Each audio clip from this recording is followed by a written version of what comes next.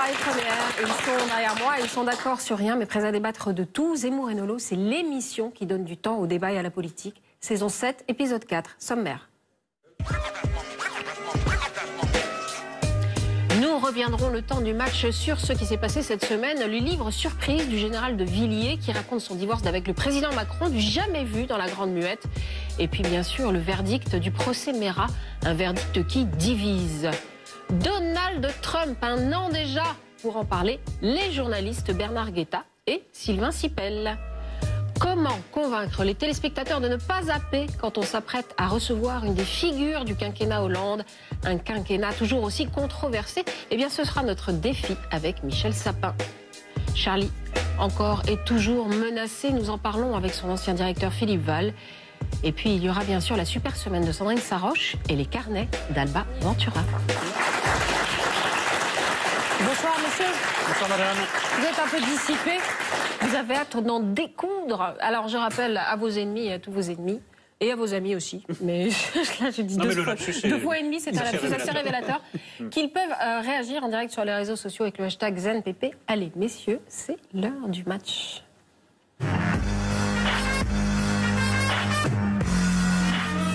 Je suis votre chef, avait lancé Emmanuel Macron le 14 juillet dernier au patron de l'état-major des armées. Le 19 juillet, le général Pierre de Villiers répondait en démissionnant avec fracas. Aujourd'hui, c'est l'attaque surprise avec la sortie d'un livre du général qui s'appelle Servir chez Fayard. Alors, Éric Nolot, c'est quand même très nouveau pour la Grande Muette. Oui, puis il y a des nouveautés dont on se passerait bien, parce que, en fait, Emmanuel Macron est le chef des armées, le général de Villiers est donc son subordonné. Et le général de Villiers a eu envers le président de la République un comportement que lui-même n'aurait pas toléré de quelqu'un avec un grade moindre. Il a fait une sortie, paraît-il, assez violente, certes à huis clos. Certes à huis clos, mais enfin, première sortie. Ensuite, en privé, il a utilisé des mots un peu de corps de garde. Je ne me ferai pas baiser. Pour un militaire, c'est normal. C'est normal, mais enfin, dans les deux cas, il ne pouvait pas ignorer que ça remonterait jusqu'aux oreilles du président de la République qui l'a recadré. Alors, est-ce qu'il fallait le recadrer publiquement? Là, c'est un des points du débat. Ouais, en tout cas... Quoi qu'il en soit, je trouve très très dommageable que dans une période où le danger intérieur et le danger extérieur n'a jamais été aussi grand, que le président de la République et un aussi haut gradé exposent comme ça sur la place publique leurs différends. C'est un mauvais message envoyé à l'ennemi et ce livre va vraiment dans le mauvais sens. Et en plus, cette polémique obstrue un peu les véritables enjeux, c'est-à-dire est-ce que cette règle des 2% de la richesse nationale consacrée à la défense est valable ? Quel est le périmètre d'action de l'armée française? Est-ce qu'il faut qu'on continue à être un pays qui se projette dans des opérations extérieures, etc., etc. Et je trouve que, au lieu de discuter de ces sujets fondamentaux, on se focalise sur des questions de personnes entre le général de Villiers et Emmanuel Macron. En tout cas, ce livre, je trouve que c'est une très très mauvaise chose si les débats relatifs à l'armée deviennent comme ça des sujets comme des autres qui deviennent des sujets polémiques. Eh bien, moi, je ne suis pas d'accord du tout. Ah bon? C'est pour ça que tu es là. Alors, vraiment pas. Je pense que, d'abord, dans la forme, Macron a fait une énorme boulette comment dire, il aurait très bien pu faire semblant de ne pas avoir entendu. C'était à huis clos, comme l'a très bien dit Anaïs. La logique eût été qu'il fasse comme s'il n'avait rien entendu. Et c'était très bien. Deuxièmement, il a humilié le général de Villiers devant tout le monde, devant les alliés américains. Je te rappelle, c'était la veille du 14 juillet, etc. C'est lui qui a eu tort. En plus, il a fait une crise d'autoritarisme. Je suis votre chef, comme un gamin qui dit... Moi, j'adore. Bon, ça dans la forme. Maintenant, sur le fond, je ne vois pas pourquoi les soldats, les généraux, les officiers n'auraient pas le droit de discuter de ce qui les concerne au premier chef. Tout le monde discute de tout, et je ne vois pas pourquoi eux... ils n'auraient pas le droit de discuter. La Grande Muette, ça veut dire qu'elle ne fait pas de coup d'État. Ça ne veut pas dire qu'elle se tait et qu'elle se refuse à parler, elle se refuse à penser. Surtout qu'il a démissionné. Elle ne se refuse pas à penser, mais on n'étale pas ses états d'âme sur la place publique. Mais bien sûr qu'aussi. Il a démissionné. Il a démissionné. Il n'est plus hiérarchiquement soumis au président. Ça redevient un citoyen libre. Il a le droit de s'exprimer. Il s'est exprimé avant de démissionner et il s'exprime maintenant après avoir démissionné. Il s'est exprimé à huis clos. Bon, écoute. Alors ça veut dire qu'on ne parle plus devant l'Assemblée nationale, devant les commissions. Il y a une manière de parler quand on est dans l'armée. Mais non, il n'y a pas une manière de parler quand on est dans l'armée. Non mais de toute façon, je te laisse finir. Bon. Et dernière chose, sur le fond, il a raison. C'est-à-dire que Macron et le gouvernement ont fait une entourloupe, une mauvaise manière à l'armée. C'est-à-dire 850 millions d'euros rabotés sur le budget. Exactement. Il les a remis après. Voilà, qui reviendra en 2018. Voilà, mais sauf qu'ils sont perdus quand même. Et que ça fait des années, c'est pas seulement Macron, hein, pour être honnête, depuis, depuis la chute du mur et la fin de Mitterrand II, Chirac, Sarkozy, Hollande, qu'à chaque fois on ponctionne, on réduit les budgets. Ils en sont... J'en ai beaucoup parlé avec des gens qui étaient des spécialistes. C'est un scandale, tu sais, nos interventions armées. Ils font des miracles tous les jours. Ils prennent des risques inouïs parce qu'ils n'ont pas les équipements. Tu sais que on est obligé d'avoir. Tu sais qu'on est obligé d'aller chercher des bombes américaines parce que nos avions n'ont pas assez de bombes. Est-ce que tu sais que sans les radars américains, on est aveugle? Je veux dire, il faut savoir ce qu'on veut. Est-ce qu'on veut rester un pays indépendant, ce qu'on n'est plus? Donc il faut augmenter le budget de la défense. 2%, pour moi, c'est un plancher. Il faut savoir ce qu'on veut et il faut savoir ce qu'on dit. Là, on est en plein dans le système Zemmour, c'est-à-dire la contradiction à chaque ligne. Alors là, maintenant, il a fait preuve d'autoritarisme. Auparavant, on reprochait à Hollande de ne pas être assez autoritaire. Bon. Alors, quand le président dit rien, c'est une chiffre molle. Et puis quand il y a manière et manière. T'imagines le général de Gaulle dire « je suis votre chef » Ensuite... La Grande Muette, d'habitude, je t'ai connu plus fervent défenseur des traditions. Il se trouve que la tradition de la Grande Muette, c'est une vraie tradition. On n'expose pas sur la place publique, surtout quand on est trop bradé. En plus, tu te trompes. Ensuite, on va pas faire un cours d'histoire, en effet, je trouve que tout ça, je reviens à mon idée, occulte les véritables débats. Par exemple, est-ce qu'il est normal... C'est le vrai débat. Attends, est-ce qu'il est normal que la France, par exemple, soit soumise à la règle des 3% du PIB, alors que nous sommes les seuls à assurer la défense européenne? Voilà une vraie question.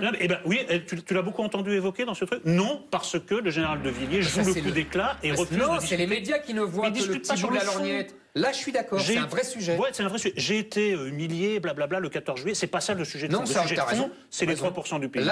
C'est est-ce qu'on doit conserver une force d'opération extérieure, etc., etc.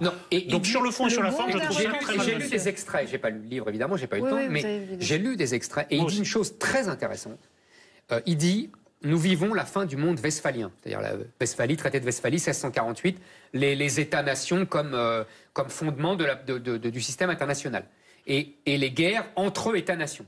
Et nous revenons, en fait, c'est très intéressant historiquement, nous revenons au monde d'avant Westphalie, c'est-à-dire guerre de religion et guerre de partisans, de tirailleurs, donc terrorisme, ce qu'on appelle le terrorisme, le djihadisme, etc. Donc nous sommes dans un double mouvement, à la fois...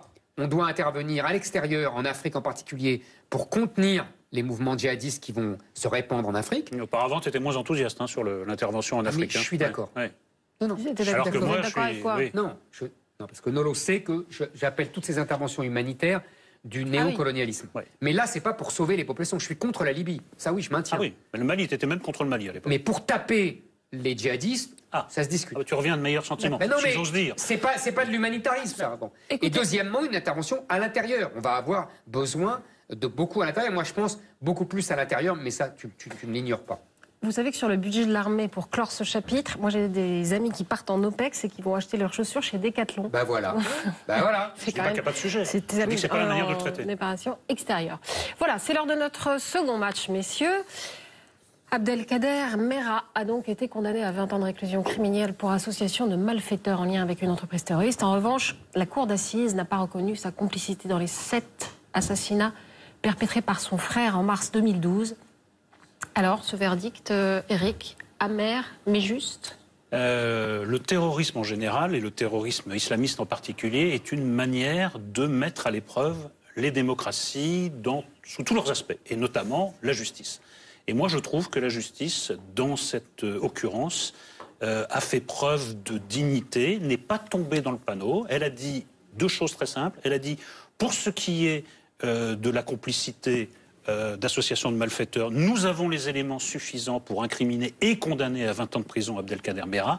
Mais dans la complicité d'assassinat, et c'est très motivé, élément par élément, nous n'avons pas les éléments nécessaires et donc nous ne le condamnons pas plus lourdement. Je trouve que plutôt que de plonger dans une justice expéditive et de vengeance en disant le type s'appelle Mera, on va le charger quel que soit l'état du dossier, ils ont fait la part des choses, ils ont retenu ce qui était avéré, ils ont écarté ce qui ne pouvait pas être... le type était manifestement quand même son mentor, son bras droit, son cerveau gauche s'il a un cerveau. Tout ça figure dans les attendus. Simplement, il manque le ou les éléments décisifs pour le condamner. En plus, il a été condamné, il faut quand même le rappeler. 20 ans, c'est quand même pas une petite peine. Bon, il n'a pas été condamné pour complicité d'assassinat. Des magistrats professionnels, au terme de débats longs, contradictoires, fouillés, estiment qu'il n'y a pas la preuve. Peut-être qu'en appel, puisqu'il y a appel, peut-être qu'il en ira différemment. Et j'observe d'ailleurs que les partis civils sont divisés à ce sujet.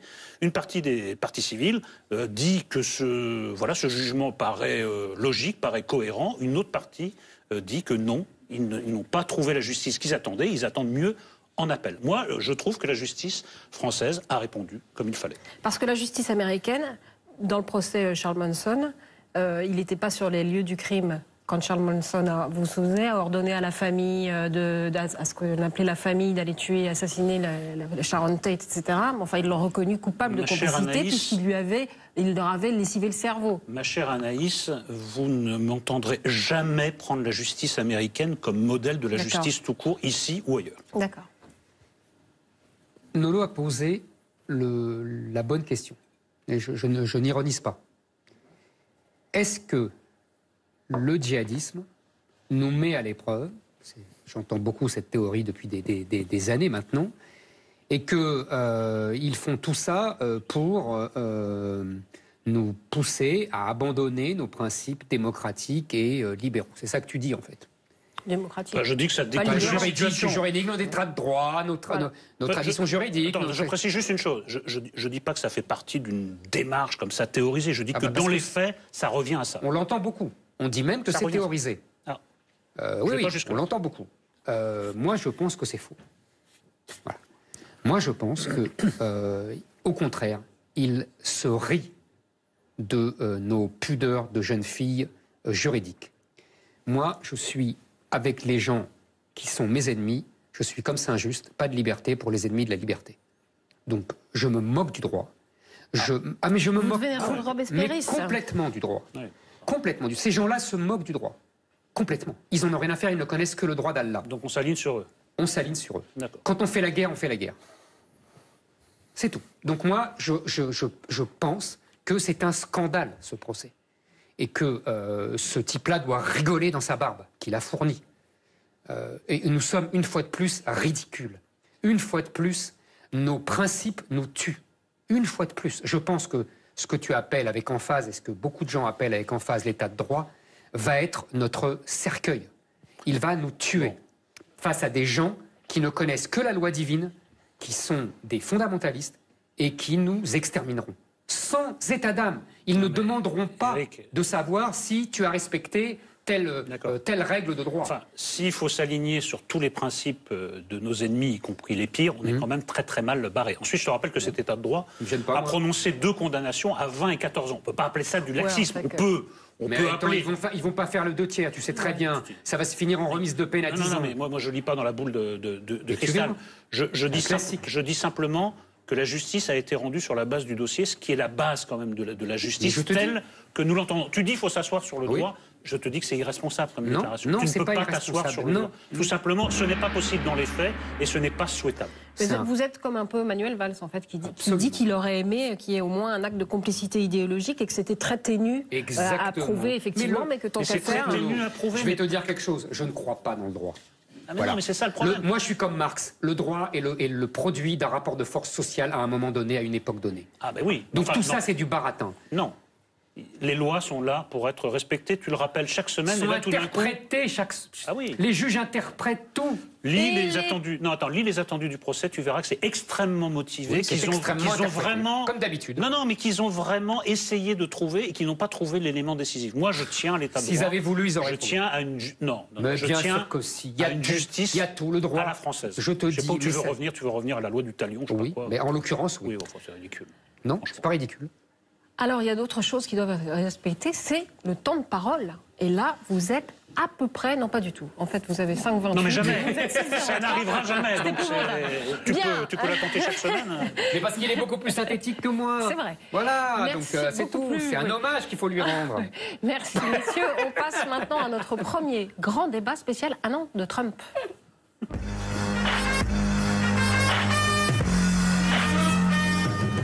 Les États-Unis viennent d'enchaîner 100 mois consécutifs de croissance. Et là-bas, c'est le plein emploi. Mais depuis un an, Pas un jour sans fake news, espions russes, tweets de nuit, coups de mèche et vociférations.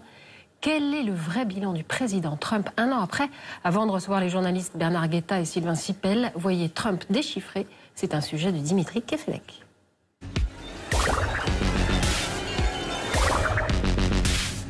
How am I doing? Am I doing okay? I'm president. Hey, I'm president. Can you believe it, right? Si comme Flaubert l'écrivait, le style est à lui seul une manière absolue de voir les choses, le président Trump en a inventé un style bien à lui. I'm really rich. I'll show you that in a second. Car c'est son style d'abord qui le caractérise, comme l'illustre sa réaction face aux joueurs de football américains mettant genoux à terre pendant l'hymne national pour protester contre les violences policières envers la communauté noire. When somebody disrespects our flag, to say, get that son of a bitch off the field right now, out, he's fired. He's fired! Ce franc-parler, il l'exprime aussi sur Twitter. Depuis son élection, Donald Trump tweete en moyenne 6 fois par jour. L'occasion pour lui d'apparaître comme celui qui fait l'agenda politique et de corriger les informations qu'il considère être des... Fake news, fake news, fake news. It's fake, phony, fake. That's the great thing about Twitter. When the press is dishonest, which is most of the time, and when they say, like, I don't want to build the wall, I can tweet. That was a false story. Boom, boom, boom. Sur le plan intérieur, le locataire de la Maison-Blanche n'a encore fait passer aucune loi majeure. We suffered with Obamacare. It's dead. It's essentially dead. Pas encore. 3 tentatives au Congrès et 3 échecs de l'abrogation du système de protection sociale mis en place par son prédécesseur. Because of my genius, okay? Sa réforme fiscale vantée pendant la campagne n'a été présentée devant le Congrès que jeudi dernier et devrait être débattue durant de longues semaines. And I don't want to be disappointed by Congress. Do you understand me? Do you understand? À l'international aussi, Trump continue de surprendre. They've just launched 59 missiles heading to Iraq. Well, you headed to Syria. Yes, heading toward Syria. Son axe du mal est double. 2 pays sont dans sa ligne de mire. Donald Trump désavoue le rapprochement géostratégique initié par Barack Obama avec l'Iran. The Iranian government masks a corrupt dictatorship behind the false guise of a democracy. Et puis la Corée du Nord. Rocket Man is on a suicide mission for himself. The United States has great strength and patience. But if it is forced to defend itself or its allies, we will have no choice but to totally destroy North Korea. Si les électeurs républicains sont très majoritairement satisfaits du début de mandat de Donald Trump, sa cote de popularité sur l'ensemble des Américains est estimée à 35%, alors que son prédécesseur au même moment était à 55%.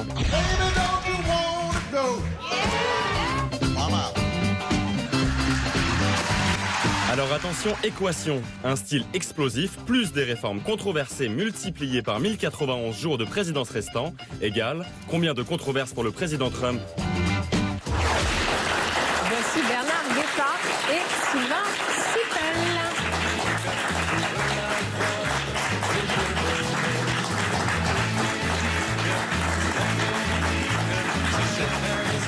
Bonsoir messieurs.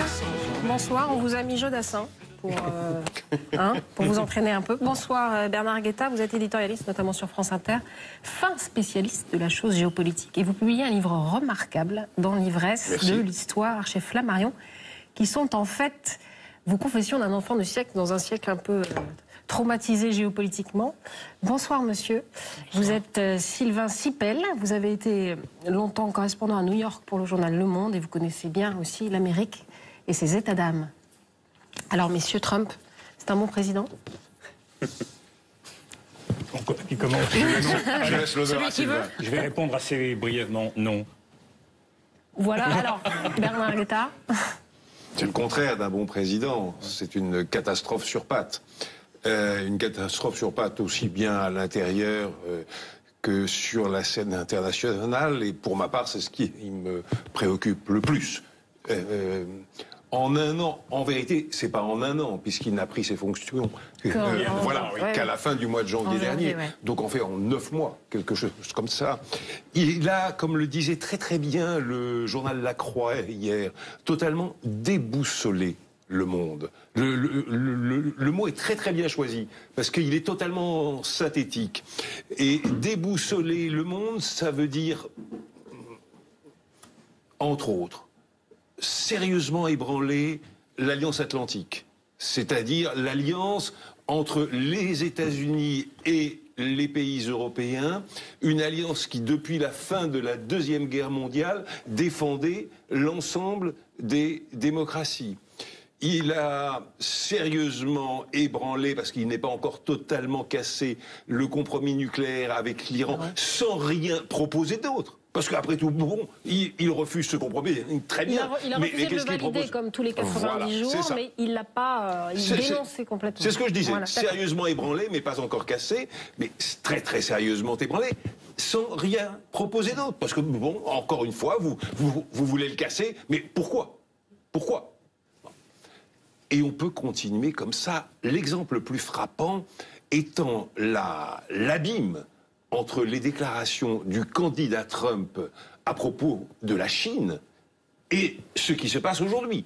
Le candidat Trump disait... Voilà la guerre commerciale déloyale que nous mène Pékin. On va leur casser la gueule, la sous-évaluation de la monnaie chinoise, le dumping social et environnemental, etc., etc. Et puis, comme il a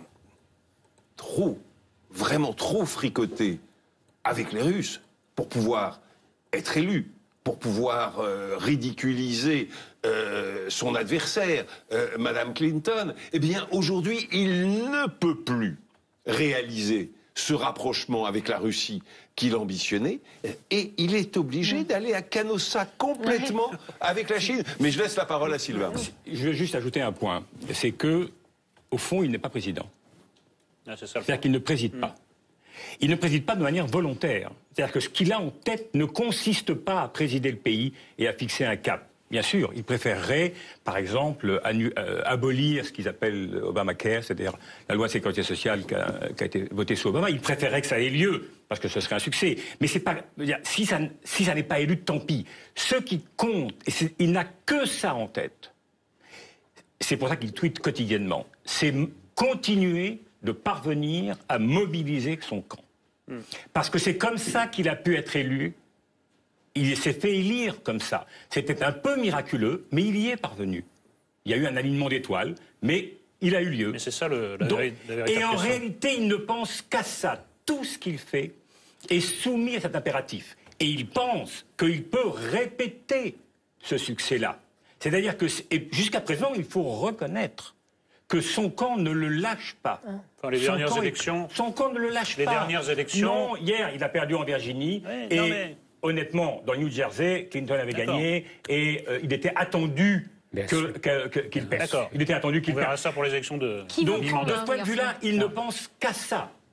Non, mais la véritable question, c'est pas est-ce que c'est un bon président, c'est en effet, est-ce que c'est un président? Parce qu'on a l'impression qu'à aucun moment, il a endossé le costume présidentiel. Avant son élection, il bombardait le monde de tweets, il continue. Il continue à donner d'ailleurs son avis sur des décisions de justice qui est quand même très très étrange pour un chef d'État. Et en plus, il continue, comme avant l'élection, à ne s'adresser même pas à son électorat, mais au cœur de son électorat. Mais est-ce que ça peut durer 4 ans? Il n'a pas... Je veux dire, quand il y a une nouvelle administration, en gros, une nouvelle administration, c'est 4000 personnes. Voilà, on change à peu près 4000 postes. Le nombre de postes qui n'ont toujours pas été nommés, il est en Corée du Sud actuellement. Enfin, il y était hier. Il n'y a toujours pas d'ambassadeur nommé par les États-Unis en Corée du Sud. C'est-à-dire qu'il y a potentiellement une crise mondiale sidérante possible. Avec la Corée du Nord, il y a un enjeu nucléaire. Il n'y a toujours personne pour représenter les intérêts américains à Séoul. C'est sur ce logiciel très particulier. Est-ce que ça a duré quelques mois pour l'instant? Est-ce que ça peut durer pendant l'intégralité du mandat? Vous l'avez vu chez Fox? Il passe il y a 3 jours chez Fox. La journaliste qui est très favorable à Trump. La journaliste lui dit, vous avez un problème tout de même, il y a beaucoup de postes, et elle signale le cas de la Corée du Sud, mais beaucoup de postes n'ont pas été pourvus. Ouais. Il répond quoi? Il répond, mais de toute façon, at the end of the day, en fin de compte, c'est moi qui décide. Donc, on les pourvoit pas, quelle importance. De toute façon, c'est moi qui va décider. Alors, moi, je suis en désaccord radical avec vous trois. J'imaginais que vous le seriez. Et je vais vous dire pourquoi. D'abord, il faut que vous sachiez d'où vous parlez, comme disaient les marxistes. Vous êtes tous les deux et tous les trois des représentants de cette classe médiatique qui est Trump. une classe médiatique occidentale, française et américaine, je vous ai tous laissé parler, qui le déteste, qui l'a vomi pendant toute la campagne, qui a fait campagne contre lui et contre laquelle il a gagné. Ça, c'est une première chose. Donc évidemment, vous n'allez pas dire il est formidable. Il vous a enfoncé, il vous a détruit. Le peuple américain a finalement voté contre vous et contre vos collègues américains. 4 millions. C'était un combat. Non, mais vous avez compris. La règle du jeu a permis la victoire. Voilà. Mais, maintenant, vous contestez la règle du jeu. Non, je la comprends. Vous contestiez le droit il y a 3 minutes. Ah, mais moi, les juges, l'interprétation par les juges, monsieur Suppey. Non, le peuple a voté Clinton. Le peuple a voté Clinton, mais peu importe. Non. La règle a permis à Trump de gagner. Non, parce que sinon, il n'aurait pas fait sa campagne comme ça s'il n'y avait pas eu la même règle. Prétend aujourd'hui. Mais oui, mais il a raison. Attendez, j'ai pas fini. Deuxièmement, ce qu'on découvre, ce qu'on redécouvre et ce qu'on n'aurait jamais dû oublier, en vérité, vous dites qu'il n'est pas président. Je ne suis pas loin d'être en accord avec vous. Mais non, je vais vous dire pourquoi. Parce qu'il n'est pas président selon nos critères français. Mais aucun président n'est président aux États-Unis. Les institutions américaines sont faites pour que le président n'ait pas de pouvoir. Vous avez vu ce qu'a déclaré Bush hier? Quoi? Et alors? Quel rapport? Lui était président. Non, il n'était rien du tout. Ah bon? Il était comme les autres. Et je vais vous dire pourquoi. En fait, Trump, il est complètement ligoté, c'est Gulliver ligoté, comme les autres présidents d'ailleurs. Ça, par à la fois les juges, on y revient, par le politiquement correct médiatique, par les institutions et par ce qu'ils appellent maintenant l'État profond. On le voit bien avec la Russie. C'est pas les histoires de corne-cul, d'Internet russe et compagnie, j'y crois pas une seconde. Mais en revanche, effectivement, vous avez raison, Guetta, sur un point fondamental. L'État profond, c'est-à-dire CIA, administration, etc., refuse le rapprochement avec la Russie. Et déjà, ils l'ont refusé à Obama, puisque vous connaissez ça très bien. Et ils le refusent à Trump. C'est la même histoire. C'est-à-dire que le président des États-Unis, en vérité, ne préside à rien. Et on le voit avec le mur pour le Mexique. À chaque fois, il ne peut rien décider. C'est ça le vrai problème américain. Oui, voilà, vous inventez une réalité qui... Non, mais je n'invente rien du tout. Mais je n'invente rien du tout. Bon. C'est pas d'aujourd'hui. C'est pas d'aujourd'hui. Vous lisez Kissinger, il explique déjà ça. Je sais pas d'aujourd'hui du tout. Mais pas du tout. Tout est faux d'un bout. Vous savez, dans une démocratie, quelle qu'elle soit, américaine ou européenne, le chef de l'exécutif, le président, le Premier ministre dans d'autres pays, pour gouverner, doit avoir l'accord du législatif, du Parlement.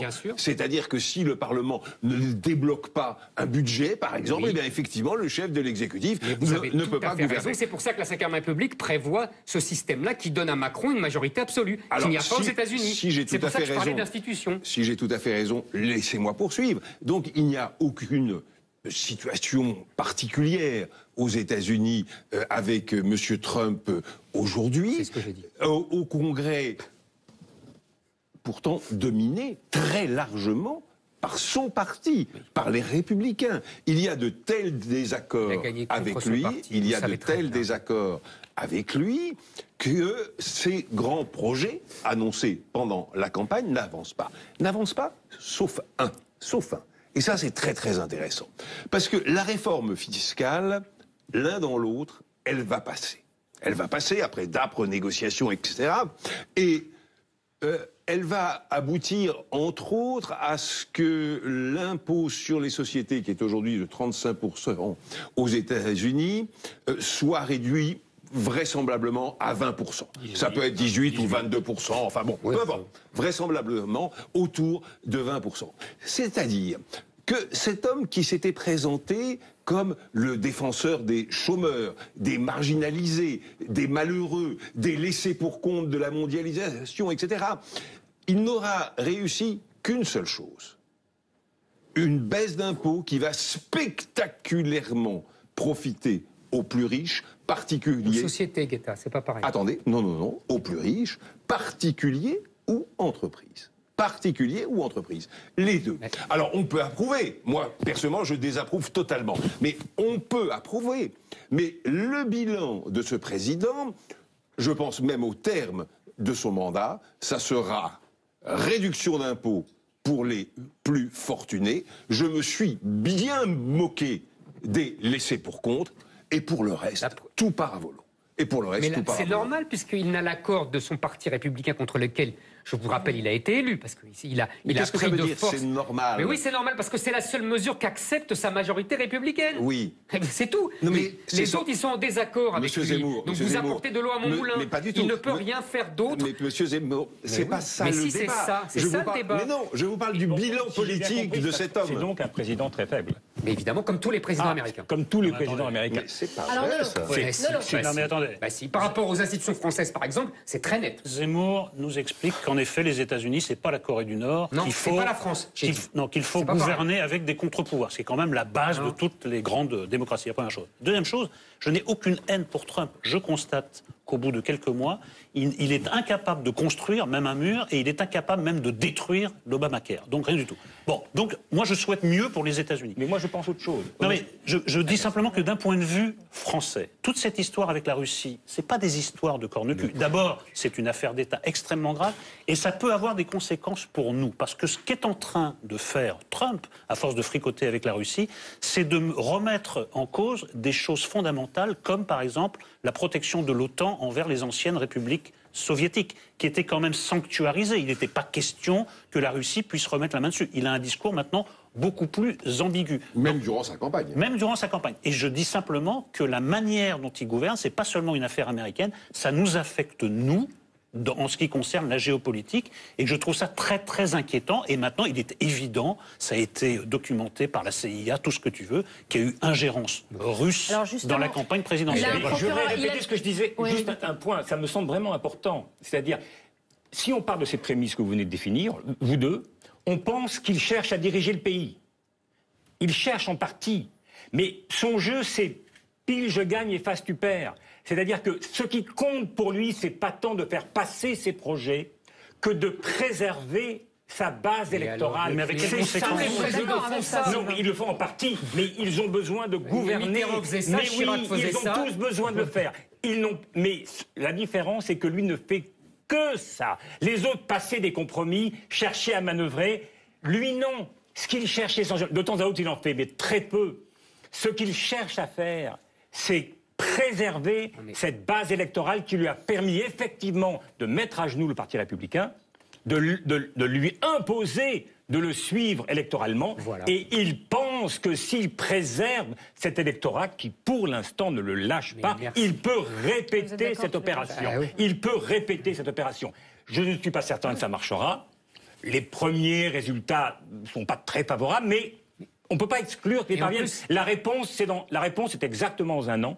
Aujourd'hui, dans un an, il y aura les midterms, c'est-à-dire les élections de mi-mandat, et on verra bien. Je pense que s'il les emporte, si le Parti républicain, tel qu'il aura imposé, remporte et garde sa majorité à la Chambre, parce qu'ils ne peuvent pas le perdre au Sénat, mais s'il garde la majorité à la Chambre, à ce moment-là, Trump sortira extraordinairement renforcé. En revanche, s'il perd de la Chambre, je pense que potentiellement, une révolte dans le Parti républicain et la possibilité d'une mise en accusation émergera. Alors justement, juste une seconde, il a Robert Mueller, le procureur spécial aux fesses, si j'ose dire, qui est un homme d'une grande compétence, d'une grande intransigeance, etc. Est-ce que la justice peut avoir raison de Donald Trump? Je pense qu'il a fait une erreur majeure. La première conférence de presse, la première, je parle après son élection, après sa nomination, enfin son entrée à la Maison-Blanche, sa première conférence de presse... Il n'en a fait qu'une d'ailleurs, je crois, non?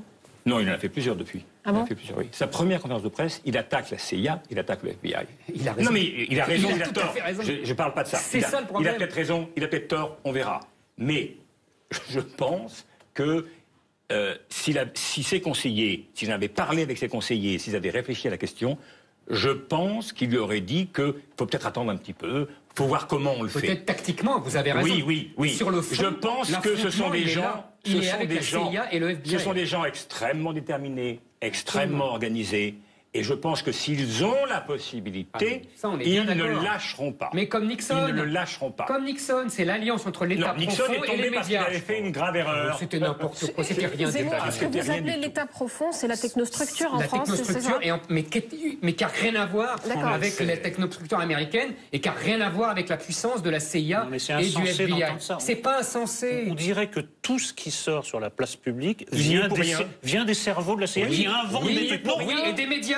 La plupart de ce qui est reproché. Il y a une alliance. Ils veulent depuis le premier jour de sa victoire, il y a le fantasme médiatique de l'impeachment. Il ne faut pas inventer une réalité. La réalité, c'est la réalité. C'est comme ça. On s'en fout qu'il y ait des Russes qui aient hacké. Elle n'est pas dans votre tête, la réalité. Est-ce que ça a changé quelque chose à l'élection? Non, c'est du pipeau. C'est de l'invention médiatique. On verra bien. Mais bien sûr. Non, moi, je voudrais revenir sur un point qui me paraît plus important que ces trucs à la con de Russes et compagnie.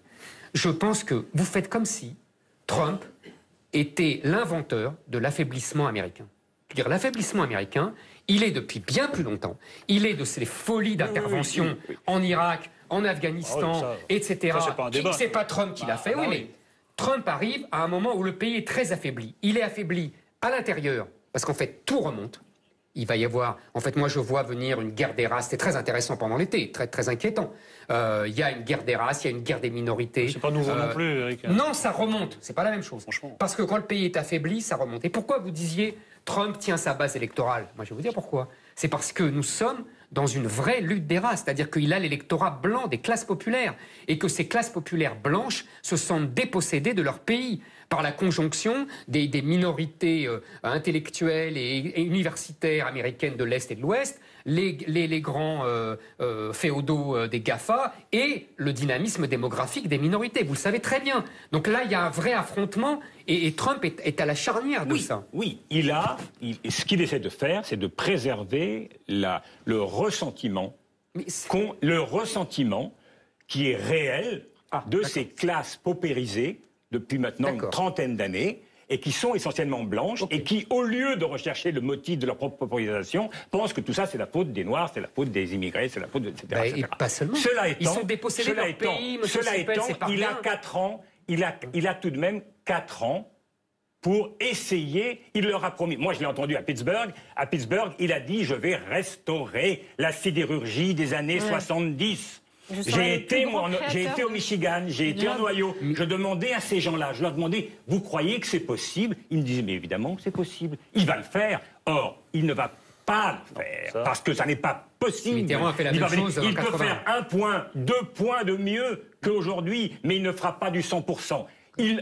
La question à poser, c'est qu'adviendra-t-il une fois que les yeux se dessilleront? C'est-à-dire qu'effectivement, il ne peut pas répondre à l'attente de ceux qui le soutiennent. Aujourd'hui, il le préserve.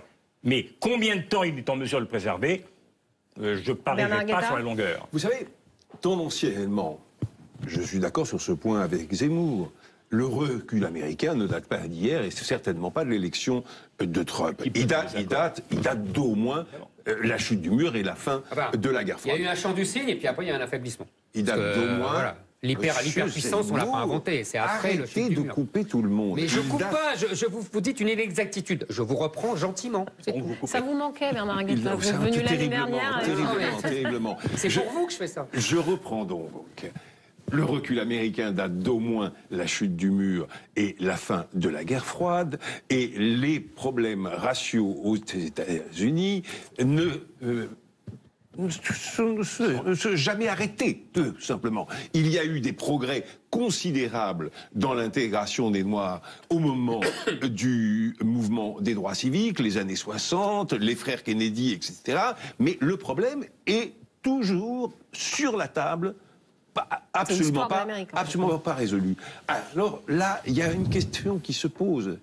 Est-ce que un président des États-Unis censé, pas complètement imbécile, devrait accélérer, précipiter ces mouvements, les aggraver ou chercher, au contraire, à les réduire? Que fait M.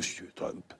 Sur le recul international des États-Unis, il le précipite, mais à vitesse grand V. Sur les tensions raciales, non seulement il les aggrave, mais il jette de l'huile sur le feu. Il jette de l'huile sur le feu.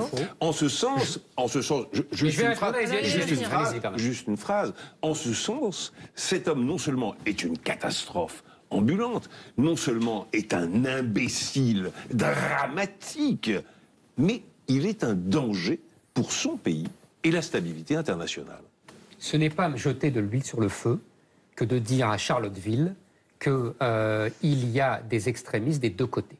C'est pas parce qu'on ne vous fait pas plaisir, Bernard Guetta, et on ne dit pas il y a des gentils d'extrême gauche et des méchants d'extrême droite qu'on jette de l'huile sur le feu. Non mais vous délirez, entre les nazis et les antiracistes, pas du tout. Les antiracistes, c'est match nul à balle au centre. Moi, à un moment, les nazis, je m'en fous complètement, Hitler est mort. Tandis que les antiracistes sont une catastrophe. Ils étaient les trois derniers, ils étaient blindés. Mais j'en ai rien à faire. Comme Trump, c'est que entre eux, ces nazis qui s'affichent comme nazis et les manifestants antiracistes, c'est un partout la balle au centre. Monsieur Sipel, moi ça me suffit. Hein. Monsieur Sipel, je vais vous apprendre une grande nouvelle. Non, vous ne prendrez pas une grande nouvelle, Hitler est mort. Mais je sais que vous n'avez pas aperçu. Mais Hitler est mort. Tandis que mais je m'en fous. Justement, le nazisme c'est terminé. Tandis que l'antiracisme est mortel pour les pays. La réalité, c'est celle-là. Ils manifestaient avec des croix gammées à Charlottesville, c'est comme ça. Je ne veux plus rien dire. Mais je sais que ça vous fait plaisir de l'instrumentaliser.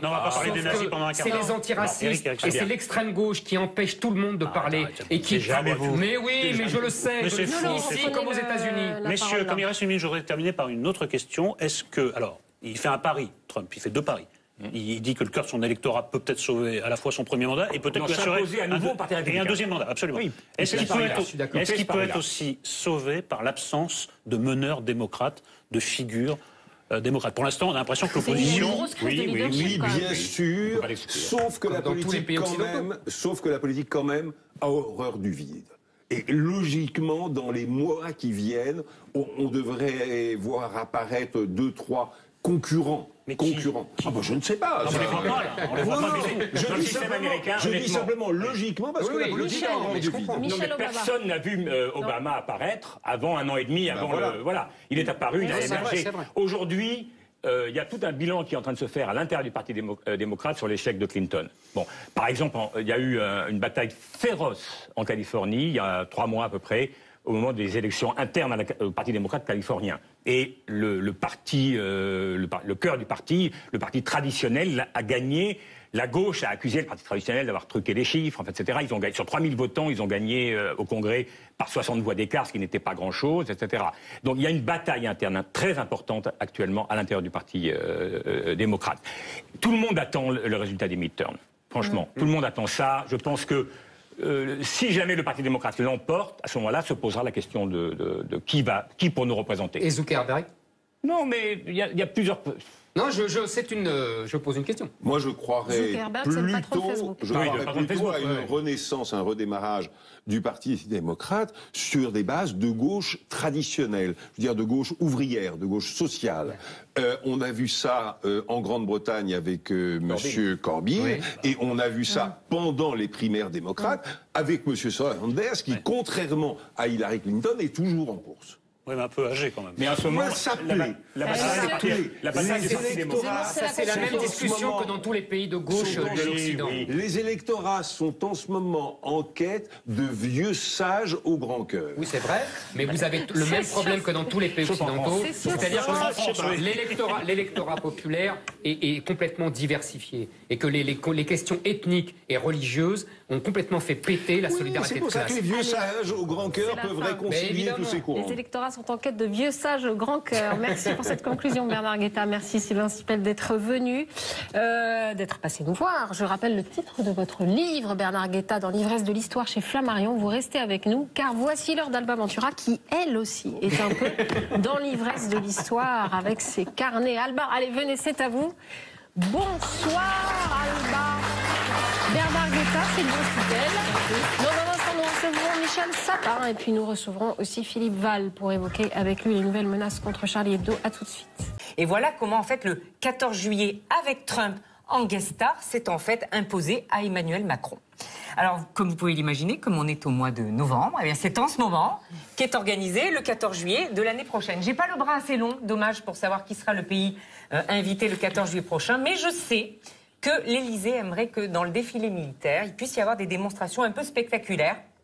Alors notamment, pourquoi pas, écoutez bien, des loopings faits par des hélicoptères de l'armée. Il paraît que ça se fait au Bourget au moment du salon de l'aéronautique. Alors voilà, il paraît qu'à l'Élysée, on voudrait avoir des loopings comme ça d'hélicoptères. Moi, ça me fout la trouille, hein, parce que l'hélicoptère qui nous tombe sur la tête... À mon avis, on voudrait avoir beaucoup de contingents européens au prochain 14 vous avez juillet. des infos? Non, Oui, c'est pas des infos, c'est vraiment un avis. Ouais, ouais. Alors, on reste dans les commémorations, Alba? Oui, demain, c'est le 9 novembre. Vous avez vu le petit cochon avec le général de Gaulle? Ah non, on avait une tirelire de Gaulle. Eh ben voilà, on y arrive. Je crois qu'on va la... Demain, ça fait 47 ans que le général de Gaulle nous a quittés. Et alors, présidentiel ou pas, je peux vous dire qu'il va y avoir foule à colomber les deux églises. Il y aura évidemment sur place la secrétaire d'État auprès de la ministre des Armées. Vous la connaissez? Geneviève Darrieussecq. C'est la secrétaire d'État. Ben oui, Ou appelez-nous la tête. Il y a des scoops. Ce sera une première pour elle. Ce qui ne sera pas le cas de Nicolas Dupont-Aignan et de Florian Philippot, qui sont de vieux routards du pèlerinage à Colombey. Mais alors, Congrès des Républicains oblige au mois de décembre, le mois prochain, il va y avoir quelques figures de chez les Républicains. Il va y avoir notamment Bernard Accoyer, le secrétaire général des Républicains, mais il va y avoir surtout... Laurent Wauquiez, favori dans la course à la présidence du parti. Il est tout à fait gaulliste, il l'a affirmé sur ce plateau, il a dit... Ah oui, mais il a affirmé, on n'est pas obligé de le prendre pour argent comptant non plus. Tout le monde est gaulliste. Tout le monde est gaulliste.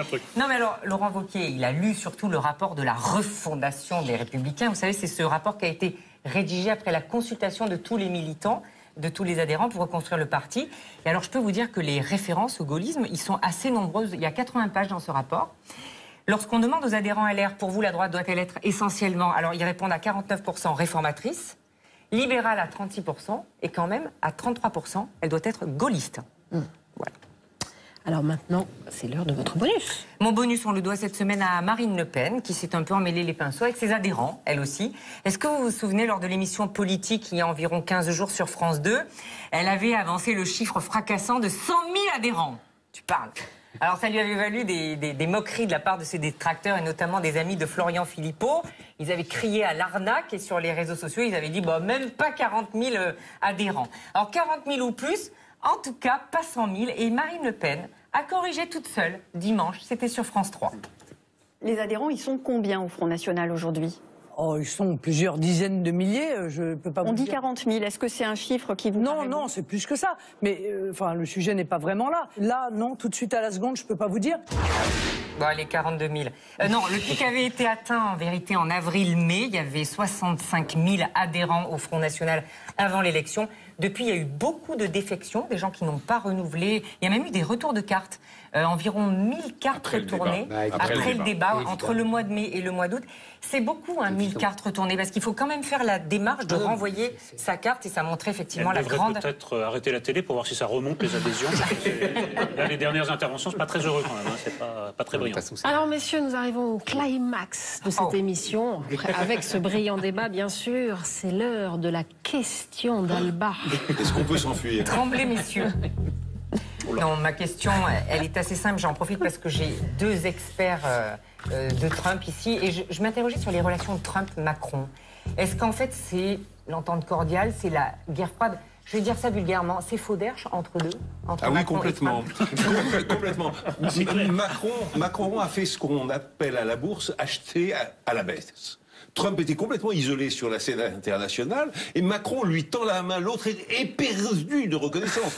Parce qu'en plus, il est extraordinairement vaniteux. Mais vraiment, il est incroyablement vaniteux. Alors, le président français l'invite, les Champs-Élysées, la Tour Eiffel, s'incline, lui sourit, etc. Du coup, il l'adore. Il l'adore réellement. Pas politiquement, oui, bien sûr. Voilà. Humainement. Ce type qui m'admire, oh ben, il est forcément formidable, ce type qui m'admire. Ben, ça met un peu d'huile dans les relations entre les deux diplomaties et c'est pas plus mal. Et c'est pas plus mal. Le couple Trump-Macron. Oui, j'y crois pas plus. Et pas plus. Enfin, il a invité 3 personnes après son accession au pouvoir, Macron. Il a invité, il a été voir Merkel, mais il a invité Poutine, il a invité Trump et il a invité Netanyahou. C'était les 3 qu'il a invités. Je crois que dans les 3 cas, c'est de la réelle politique, assez bien vu. Oui, très bon, c'est tout simplement les grands dossiers, quoi, à traiter. C'est ce que dit le général Pierre de Villiers en ce qui concerne sa relation avec Emmanuel Macron. Il dit une relation empreinte de franchise, de confiance et de cordialité. Voilà, il dit ça. Voilà. Oui, il m'en faut cul aussi. C'est ça. Merci beaucoup, messieurs, d'être venus sur ce plateau. Merci, Alba, pour vos précieux carnets. On passe maintenant à notre invité politique. Ne bougez pas. Avant de recevoir Michel Sapin, regardez ces images d'une amitié particulière avec, bien sûr, François Hollande. C'est au second rang que s'est assis cet homme du premier cercle, du cercle Hollande-Royal. C'est une amitié de 30 ans. Ils ont été à l'école ensemble. Et c'est dans sa maison du Berry que, le week-end venu, Michel Sapin jouait les facilitateurs. Après avoir tué le cochon lui-même, il avait fait ce piège habituel dans ce type de cérémonie, de m'avoir fait manger à Ségolène, elle aussi, la queue du cochon. C'est quelqu'un qui sait tuer avec délicatesse, sans faire souffrir. J'étais très impressionné par Michel Sapin et je me suis dit, ça c'est un homme à qui on doit confier des fonctions éminentes. C'était mon voisin au service militaire, il rangeait toujours impeccablement ses affaires. Trop bien, tel point que j'avais envie de les déranger. Voici Michel Sapin. Venez, c'est par ici que ça se passe. Asseyez-vous, prenez place, bonsoir. On vous a mis la petite comptine d'Enfantine, un éléphant qui se balançait sur une toile d'araignée. Pourquoi un éléphant? Parce que vous êtes quand même un éléphant du PS, et la toile d'araignée, est-ce que ça serait le PS? Les toiles d'araignée sont tellement puissantes aujourd'hui. Ça commence fort. Alors, vous avez été troufion avec François Hollande. Élève officier. Oh pardon, ouais. Élève officier. Ne perdez pas la hiérarchie. C'est vrai, c'est vrai. Alors, énarque avec Dominique de Villepin, Jean-Pierre Jouyet et bien d'autres. Vous avez été ministre de Lionel Jospin, puis de François Hollande, encore lui, avec qui vous travaillez tous les jours depuis mai 2017. Autant le dire, nous avons devant nous un magnifique spécimen d'éléphant du PS, je le disais. Et nous allons essayer de savoir avec vous si dans la nouvelle jungle politique, les éléphants ont de l'avenir. Mais c'est auparavant l'heure de la rubrique préférée d'Éric Zemmour, qui est le QCM. Je vous plains. Compatis, là, vraiment. Alors, 3 questions, écrites fiévreusement dans la nuit par Éric. Je savais pas que tu faisais ça. DSK, qui veut que le PS disparaisse. De quoi se mêle-t-il?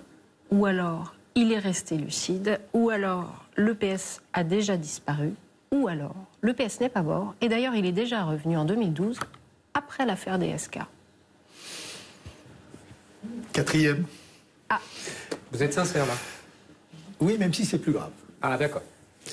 Mais 4e, c'est-à-dire que je pense que le Parti Socialiste est en grande difficulté, il l'a déjà été. 93. Oui, 93. 93. Mais il y avait Mitterrand à l'Élysée, jamais comme ça. Il y avait Mitterrand à l'Élysée, et Mitterrand nous avait dit dans un très très beau discours, j'étais déjà ministre à l'époque de Mitterrand, de là où je serai, je vous regarderai, et vous reviendrez plus vite que vous ne pensez. Et c'est 4 ans après, nous étions revenus. Enfin, alors que Chirac y est pour beaucoup, soyez honnête. Oui, non, peut-être les uns et les autres sont beaucoup. Mais moi je me souviens qu'en 93, mes propres amis changeaient de trottoir pour ne pas parler. Et ceux qui ne m'aimaient pas, venez se voir. Ah, non, c'était d'une violence. Oui, je me souviens très très bien. Et je ne ressens pas la même chose aujourd'hui.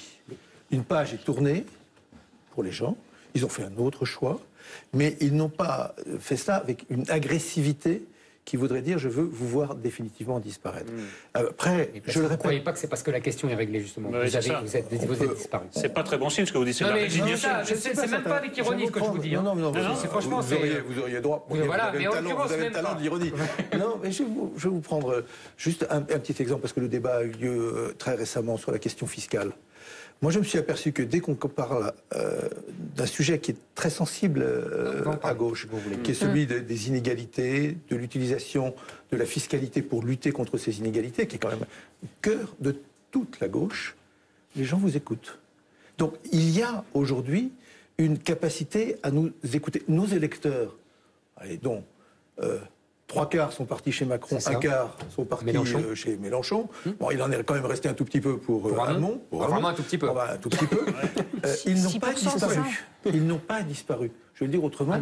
Le socialisme ne s'est pas dissous dans le macronisme. Ou il ne s'est pas dissous, pour certains, dans le mélenchonisme. C'est très étonnant ce que vous dites. Ah oui, parce que moi je pense exactement le contraire. Ah oui, exactement. Je comprends. Ah bon, t'es d'accord avec moi? Je comprends que vous soyez étonné, je ne le fais pas pour vous étonner, mais c'est pour vous dire que si c'est plus grave qu'auparavant, il reste à des conditions difficiles à remplir. Il reste aujourd'hui une capacité de reconquête, de reconstruction, de construction.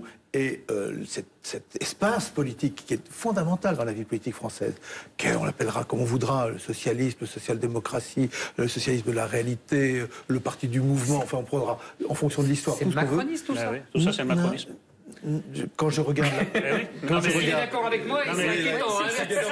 C'est inquiétant. Là, vous êtes tellement dans une autre dimension que les gens de bon sens vont tomber d'accord les uns avec les autres. Parce que quand je regarde la politique menée aujourd'hui du point de vue budgétaire et fiscal, et que j'entends certains à droite me dire, dire aux Français, mais de droite, pourquoi vous le combattez alors qu'il fait, lui, enfin, la politique que nous voulions. Voilà. Ben, je me dis que ça ne s'est pas dissous dans le macronisme. Ah bah alors on va en parler.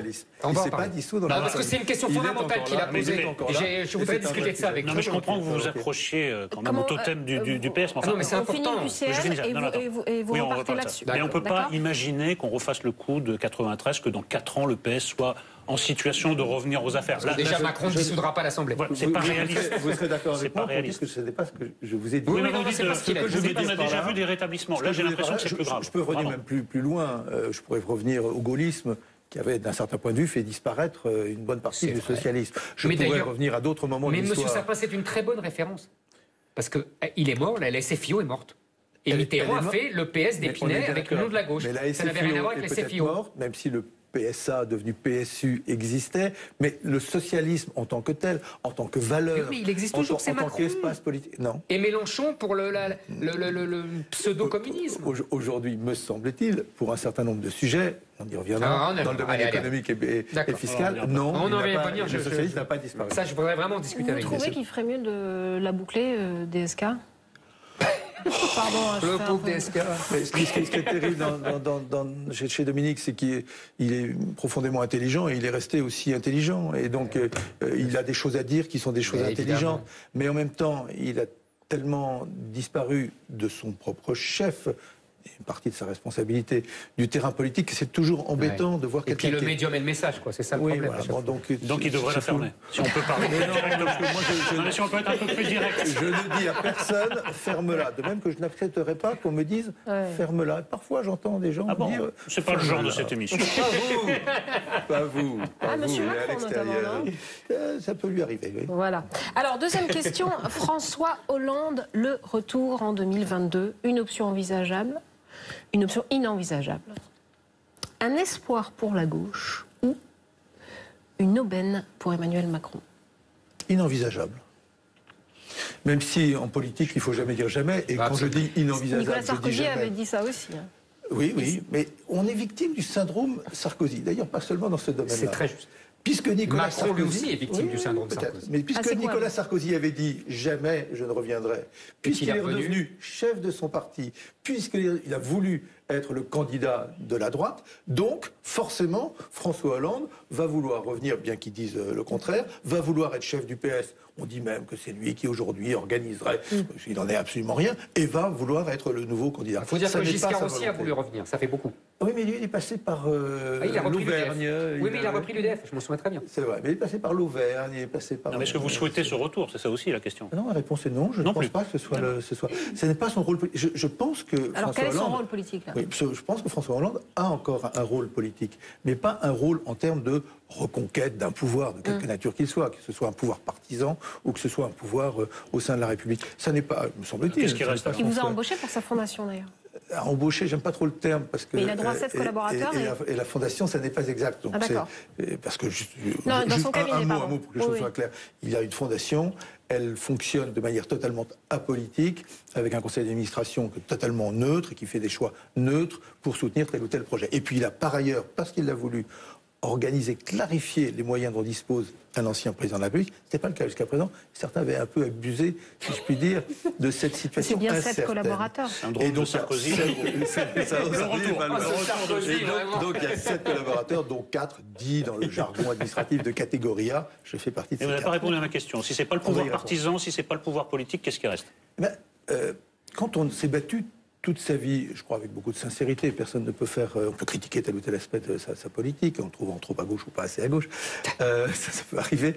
Quand on a combattu, moi, votre petite entrée en matière montrait que je le connais depuis longtemps. Mais nous avions des débats politiques à gauche très forts. On croit toujours que parce que nous nous connaissons depuis 40 ans, on a toujours été d'accord. C'était un mitterrandiste forcené et j'étais un rocardien primaire. Donc je peux vous dire qu'au service militaire, les débats étaient assez puissants entre nous. Bien, mais il est à gauche, profondément, toujours à gauche. Il est resté à gauche. Après, on peut critiquer telle ou telle position, mais il est resté à gauche. C'est un homme qui croit en la gauche. Je dis gauche. Et alors, influence intellectuelle, alors? Oui. Un politico-intellectuel idéologique. Il ne s'interdit pas de parler. D'écrire, non, ça ne s'interdit pas de parler, on l'a vu. Mais est-ce que vous ne trouvez pas que c'est un peu... Non, mais moi, je comprends comprends l'influence. Je comprends très bien qu'il veuille garder une influence politique, idéologique, intellectuelle. Je comprends très bien. En revanche, est-ce que vous ne trouvez pas dérisoire son comportement vis-à-vis de Macron? Je pense que ce qui est dérisoire, pardon de le dire ainsi, c'est le jugement que l'on porte sur sa parole. Pourquoi je vais vous le dire? Pourquoi je vais vous le dire? Parce que trop souvent, c'est souvent comme ça. Au lieu de s'intéresser à ce qu'il dit, en étant d'accord ou pas d'accord, d'accord ou pas d'accord, on se dit, mais pourquoi parle-t-il? Non pas de quoi parle-t-il, mais pourquoi parle-t-il? S'il s'exprime, c'est donc que il veut faire ceci ou il veut faire... Et s'il s'exprimait uniquement parce qu'il a quelque chose à ce moment-là à dire. Après, ça peut être... Vous êtes depuis trop longtemps en politique pour sortir ce genre de naïveté. Non, ça fait rien. Vous n'êtes pas suffisamment depuis longtemps en politique pour comprendre qu'on peut parfois être sincère. Oui, mais pas que. Il y a toujours des arrière-pensées.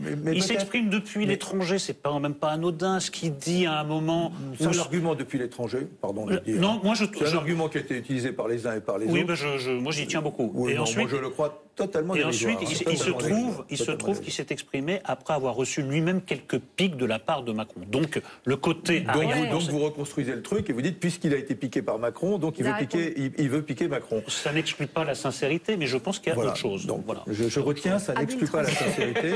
Retenons la sincérité et la pensée, plus tard l'arrière-pensée. Vous êtes bien un rocardien. Je suis resté. Vous savez, beaucoup bougé. En vous entendant... Après, tu vas nous dire c'est fini. Non, je ne vais pas vous dire c'est fini. Les 6 mois d'Emmanuel Macron, rapidement, bilan satisfaisant, peut mieux faire, en net progrès ou devrait davantage travailler en groupe? Ça, c'est certain. Si on devrait davantage travailler en groupe, c'est certain. Et je pense que c'est une des faiblesses, mais c'est parfois la faiblesse de la Ve République, que l'isolement. C'est ce que j'allais dire. Mais Hollande n'a pas assez compris, justement, à l'envers. Peut-être, mais lui, on voit bien que ce n'est pas le même type d'isolement que celui que connaît Macron. Moi, je voudrais, pardon, ça ne répond pas à une de vos 4, je trouve que c'est très contrasté. Pour dire les choses, j'ai apprécié plutôt la manière, vous parliez d'ailleurs de Trump, j'ai plutôt apprécié la manière dont il a pris en main, où il a pris l'habit de président de la République en termes internationaux. Le contraire d'Hollande. Je ne dirais pas le contraire d'Hollande, évidemment. Encore que quand François Hollande a été élu en 2012, il a aussi pris en main cela, il a été respecté par les uns et par les autres. Moi, je dirais que ce n'est pas si simple pour beaucoup de responsables mondiaux. C'est un petit jeune de 39 ans qui vient d'arriver, etc. C'est pas si simple. Donc, et sur la question européenne, qui peut faire débat, évidemment, en particulier à gauche et sans fin, j'adhère à... Pas forcément à toutes ces propositions, mais j'adhère à cette conviction sur laquelle la France... Oui, vous êtes rocardien. Je suis rocardien. Lui aussi, vous êtes le fils de Rocard, lui c'est le petit-fils de Rocard. C'est pour ça que je vous dis, c'est le PS. Parfois, entre les générations, il y a quelques déperditions, donc il faut faire attention. Mais, donc, contrasté, parce que cet aspect international, je crois, c'est plutôt bien fait. Et, on en disait un mot, du point de vue par exemple, pour être simple, je ne comprends pas, enfin plus exactement, je ne partage absolument pas cette conception d'une société où le premier de cordée est le plus riche. Alors ça, vraiment, pour moi, c'est totalement aux antipodes de ma pensée politique et des valeurs de la politique. Alors, moi, je vais vous dire, sur votre dernière réflexion, je suis tout à fait d'accord avec vous.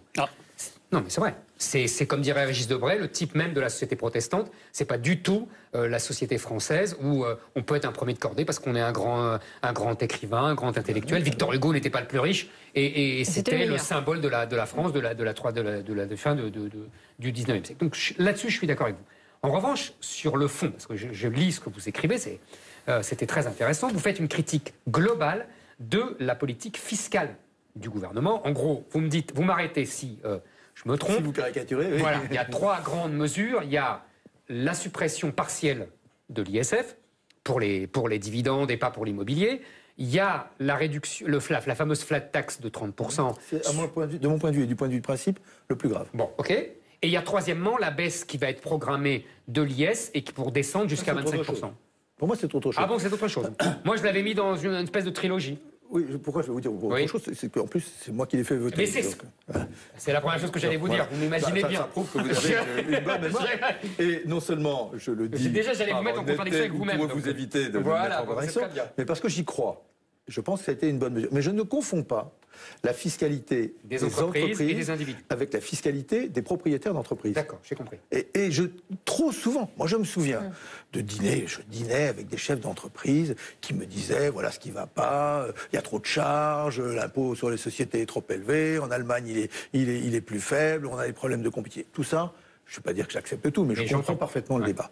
Mais très rapidement, les mêmes, après 2 verres de vin, vous disiez, et l'ISF, quand même, ça ne va pas. Et je disais, mais en quoi l'ISF, c'est une question de gouvernance d'entreprise, comme on dit aujourd'hui. Mais c'est nous. Je dis, ça, c'est la fiscalité des chefs d'entreprise, ce n'est pas la fiscalité du point de vue économique, du bon fonctionnement de l'entreprise. Donc, sur l'IS, nous avions voté, je le répète. Mais c'est pour ça, c'est ce que j'allais vous dire en premier. C'est très bien. Il prolonge jusqu'à 25 parce que les Allemands sont pas loin. Et on sera dans la moyenne européenne. Voilà, je trouve que c'est plutôt pas une mauvaise chose. Par contre, les autres, c'est la fiscalité des chefs d'entreprise. Mais alors, c'est là où vous êtes, comment vous dire, je dirais pas hypocrite, mais jésuitique. Vous dites, ce politique est inégalitaire. Mais c'est pas, je ne veux pas faire l'avocat de Macron, hein, mais ça sera un nouveau rôle pour moi. Voilà, c'est bon, en l'occurrence, ça va arriver. Mais en l'occurrence, ce n'est pas la politique de Macron qui est inégalitaire. C'est le contexte qui est inégalitaire. C'est-à-dire la mondialisation, le libre-échange et la conception de l'Europe du libre marché. C'est vous, Michel Sapin. Vous avez rappelé tout à l'heure que vous étiez ministre sous Mitterrand. Vous étiez rocardien, donc vous étiez delorien. C'était très proche tout ça. C'est Delors qui a fait le grand marché. C'est Delors qui a imposé toutes les libertés, en particulier la liberté des capitaux. Mais il a bien fait, oui. Bon, alors donc s'il a bien fait, il faut s'aligner sur le plus bas, parce que vous ne pouvez pas, je finis mon raisonnement, que vous connaissez, mais peut-être pas tous les téléspectateurs, cet argent, comme il se balade comme il veut, eh ben, si vous l'imposez plus, il va aller ailleurs. C'est ce qui nous arrive depuis 20 ans. Et donc, les entreprises n'ont pas d'investisseurs, ils sont obligés de donner des dividendes énormes, mais ça, vous connaissez tout ça par cœur, vous connaissez tout ce raisonnement, et donc finalement, qui en pâtit, c'est les entreprises. Et je finis une phrase, moi, il y a une chose qui m'importe, c'est que nos entreprises sont devenues des proies. Et vous, qu'est-ce que vous avez fait? Vous avez accru l'imposition fiscale, le fameux égalité ça fait plus d'une phrase, Zemmour, ça. J'ai fini entre le revenu du capital et le revenu du travail. Et vous êtes tellement rendu compte que c'était une connerie que vous avez fait le CICE pour rendre l'argent que vous aviez pris d'un côté. Oui, alors... vous va, ça non, mais c'est pas qu'une seule phrase, mais c'est un raisonnement bien construit, qui a sa force et qui a ses partisans depuis longtemps. Absolument. Mais la question est de savoir, est-ce que c'est vrai aujourd'hui? Est-ce que ça reste d'actualité? Dans cette compétition par la fiscalité, on va dire comme ça, ou par les charges. Tout à fait. Il y a 2 solutions. Le dumping fiscal, quoi. La première, dumping fiscal. Vous dites dumping fiscal. Oui, quand on dit dumping... Mais moi, je m'adapte. Moi, j'aurais pas fait le grand marché. Alors, quand vous dites dumping, c'est que vous trouvez que c'est pas forcément une bonne chose. Dumping, c'est pas un mot positif. Bien sûr, Donc, ou bien, à la fin, vous dites qu'il y a 0 impôt. Il faut 0 impôt sur tout. Il faut 0 impôt sur les entreprises, mais il faut 0 impôt sur les personnes, parce que sinon... Donc, c'est 0 impôt. Je sais bien. Vous savez bien que ça n'est pas possible. Non. Ça n'est pas souhaitable. Mais les autres, il faut pas qu'il y a des biens publics, qu'il y a des questions de sécurité auxquelles il faut pouvoir apporter une réponse. Donc, à partir d'un certain moment, la question de la cohérence entre les fiscalités, surtout sur un ensemble économique comme l'Europe, est une bonne question. Il faut le faire en particulier dans le domaine économique. Moi, je suis pour l'harmonisation des fiscalités. C'est la sauvegarde de l'Europe qui est en jeu sur ce domaine. Je vais sur dire juste un petit mot, je ne serai pas beaucoup plus long que vous, sur le cœur du sujet. Donc l'harmonisation fiscale. Mais l'harmonisation fiscale, ça n'est ni l'harmonisation sur le plus élevé des impôts, mais pas l'harmonisation sur le plus faible des impôts. L'harmonisation fiscale, c'est que l'Irlande va voir monter, ou doit voir monter. Mais c'est l'harmonisation fiscale. Juste, est-ce que je peux terminer sur un terme? Moi, j'ai participé à beaucoup de réunions du Fonds monétaire international, il y a 20 ans, comme ces dernières années. Il y a 20 ans, le grand discours, c'était la libéralisation, l'ouverture des marchés, ça sera bon pour le tiers-monde, c'est ça qui va apporter le développement, etc. Aujourd'hui, le discours du FMI, c'est le danger, c'est les inégalités. Je sais bien. Le danger dans le monde, ce sont les inégalités. Les populismes de toute nature, quelle que soit leur nature, nationaliste ou autre, est nourri par la montée des inégalités. Accordez-moi qu'on est loin des autres. Eh bien, moi, je considère qu'aujourd'hui, des politiques qui vont accentuer les inégalités ne sont pas des politiques adaptées à la situation du monde ou à la situation de l'Europe. Je le dis avec grande conviction. C'est pas simplement parce qu'il faut de l'argent dans les budgets, mais parce que c'est un élément fondamental. On appelle ça de la cohésion nationale, de la cohésion européenne, sinon les gens n'y comprennent plus rien. C'est le dernier pays européen à avoir l'ISF, par exemple. Zemmour, s'il y avait un impôt sur la parlotte, tu serais ruiné. Vraiment. Parce que c'est même à 10%. Mais ce serait, comme dirait quelqu'un, un impôt sur le talent. Sur la profusion. Il ne faut pas confondre ça. Mais il y a deux choses qui ne vont pas dans vos raisonnements. Non, parce que quand on vous demande votre avis sur l'action de Macron, à mon sens, il y a au moins deux choses qui ne vont pas. D'abord parce que son action et son bilan, pour l'instant, sont grévés parce que vous avez laissé en héritage. Tout le monde vous reproche l'insincérité du budget, et puis il y a la pétaudière de la taxe sur les dividendes qu'il faut remplacer par une autre taxe au prix d'un mécano incroyable. Ça, c'est le premier reproche. Le deuxième reproche, c'est que tout ce que fait Macron aujourd'hui, à peu près, a été théorisé il y a très longtemps par François Hollande dans un livre sous pseudonyme. Alors c'est sous pseudonyme, il n'a pas endossé complètement, mais il annonce ça. C'est ça qu'il souhaite. Oui, c'est ça qu'il souhaite, et c'est ça qui est mis en application, et c'est sans doute ça. C'est inéluctable avec l'Europe. Qu'il n'a pas osé appliqué pendant son quinquennat, parce que évidemment ça ne fait pas assez de gauche. Mais voilà, donc il y a au moins deux contradictions dans votre discours. De mon point de vue, sur ce que vous dites. D'abord, quand vous dites le bilan, on connaît la querelle du bilan, ça nous est arrivé certainement de faire des querelles du bilan. Le bilan principal aujourd'hui, c'est de octobre 2016 à octobre 2017, 2,2% de croissance. C'est le bilan principal. On le dit peu, puis, alors moi je dis ça, on va dire il défend son boulot, etc. C'est la réalité. Demandez à un chef d'entreprise aujourd'hui, ou un syndicaliste, est-ce que quelque chose a changé? Est-ce que ça va plus vite? Est-ce qu'il y a plus de croissance? Est-ce qu'il y a plus de marché depuis l'élection de Macron? Il vous dira non, ça s'est maintenu. C'est déjà bien, ça s'est maintenu.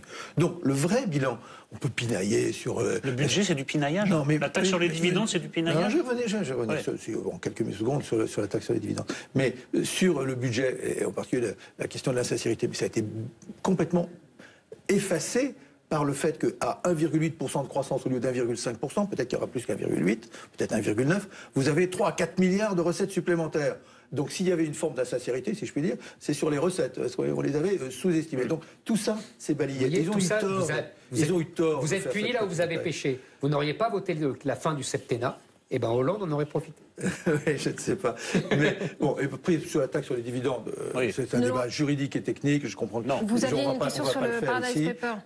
Mais au départ, c'est quoi? C'est faire payer les entreprises qui font le plus de bénéfices. Et lorsque nous l'avons fait, cet effet, c'est qu'ils font le plus de bénéfices, quel que soit leur mécanisme fiscal, qu'elles soient purement françaises ou qu'elles aient des filiales à l'étranger. Et c'est ce point-là qui a été et en quelques mots, Hollande en a rêvé, Macron l'a fait, c'est pas votre thèse non plus. Non, je ne crois pas. Regardez tout ce qu'a dit François Hollande. Parfois on lui a reproché, parfois on lui a d'ailleurs fait le reproche de trop s'intéresser à l'impôt.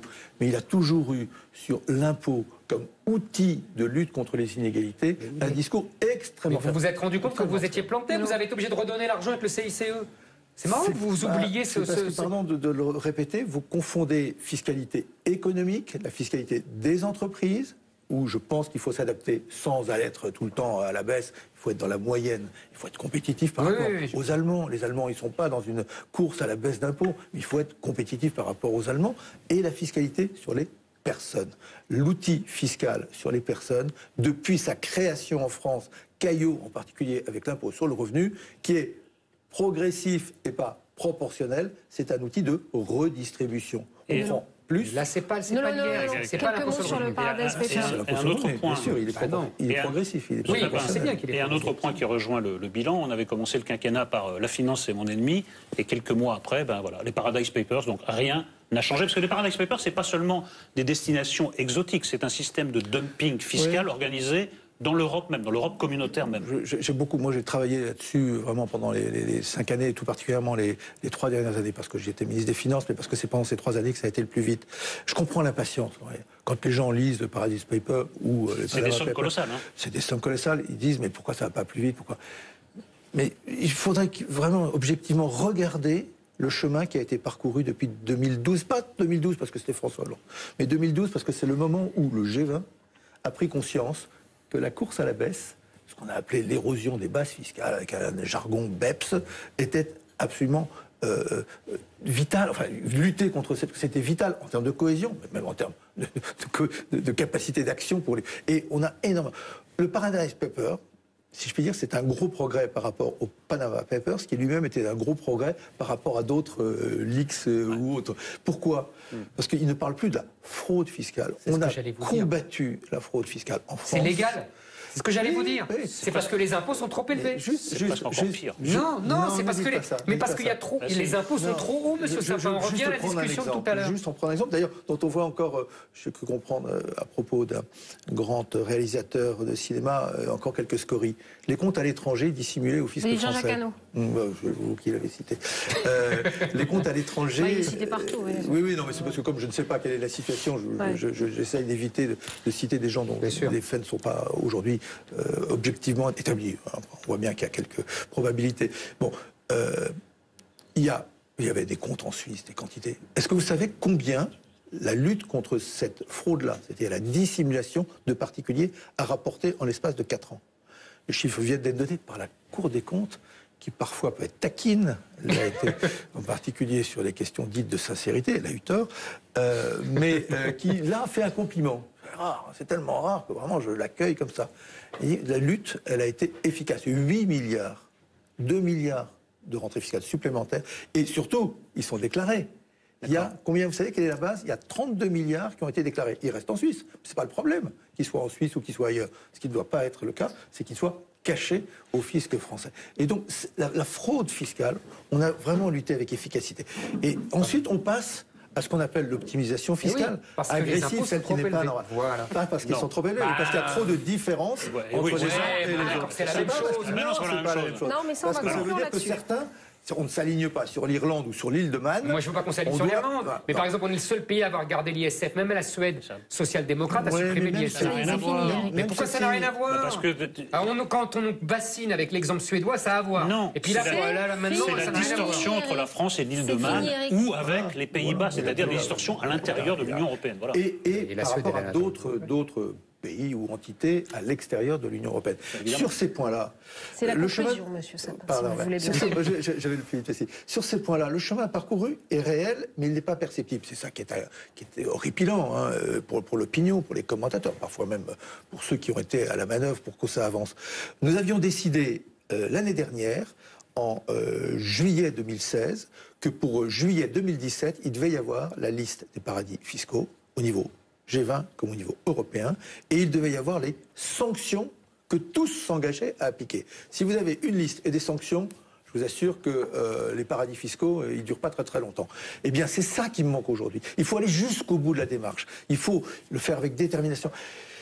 Et moi, je veux bien qu'on dise rien n'a changé, etc. Mais comme disait l'autre, si vous désespérez, en l'occurrence, je ne sais pas si c'est Billancourt, mais si vous désespérez le contribuable en disant jamais rien ne change, je ne suis pas sûr qu'on avancera beaucoup. Il est désespéré le contribuable quand même. Mais non, il faut rester exigeant. C'est pour ça que moi je trouve que c'est très bien qu'il y ait les consentement à l'impôt quand même qui est en jeu là. Mais bien entendu, vous avez parfois raison. Donc, mais la moitié des Français ne payent pas l'impôt sur le revenu. C'est une bonne chose qu'il y ait le Paradise Paper. Moi, j'avais aucun problème par rapport. Ça me paraît poil à gratter, mais j'ai aucun problème par ça. Il faudrait maintenir cette pression. Mais du chemin a été parcouru. Et en particulier au cours de ces 5 dernières années, pas seulement sur ce sujet-là, beaucoup de chemin a été parcouru. Très bien, merci Monsieur Sapin. C'est l'heure pour nous d'accueillir celle qui, comme vous, envoie du bois.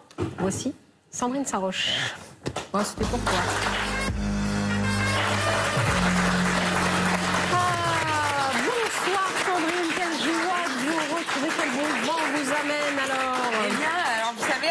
la semaine dernière, on a fêté Halloween et on a vu des choses étonnantes. C'était la nuit des morts vivants au Kremlin. Alors on a vu Poutine décorer chevènement, et c'est le vrai, hein, il tient debout, c'est sans trucage ni effets spéciaux, sans clou ni vis, juste un petit peu de superglue sous les talons. On a vu également un présentateur météo anglais sans tête. Faut dire que depuis le Brexit outre-Manche, ils se prennent bien la tête. Drame d'Halloween toujours avec un joueur de foot sans cervelle.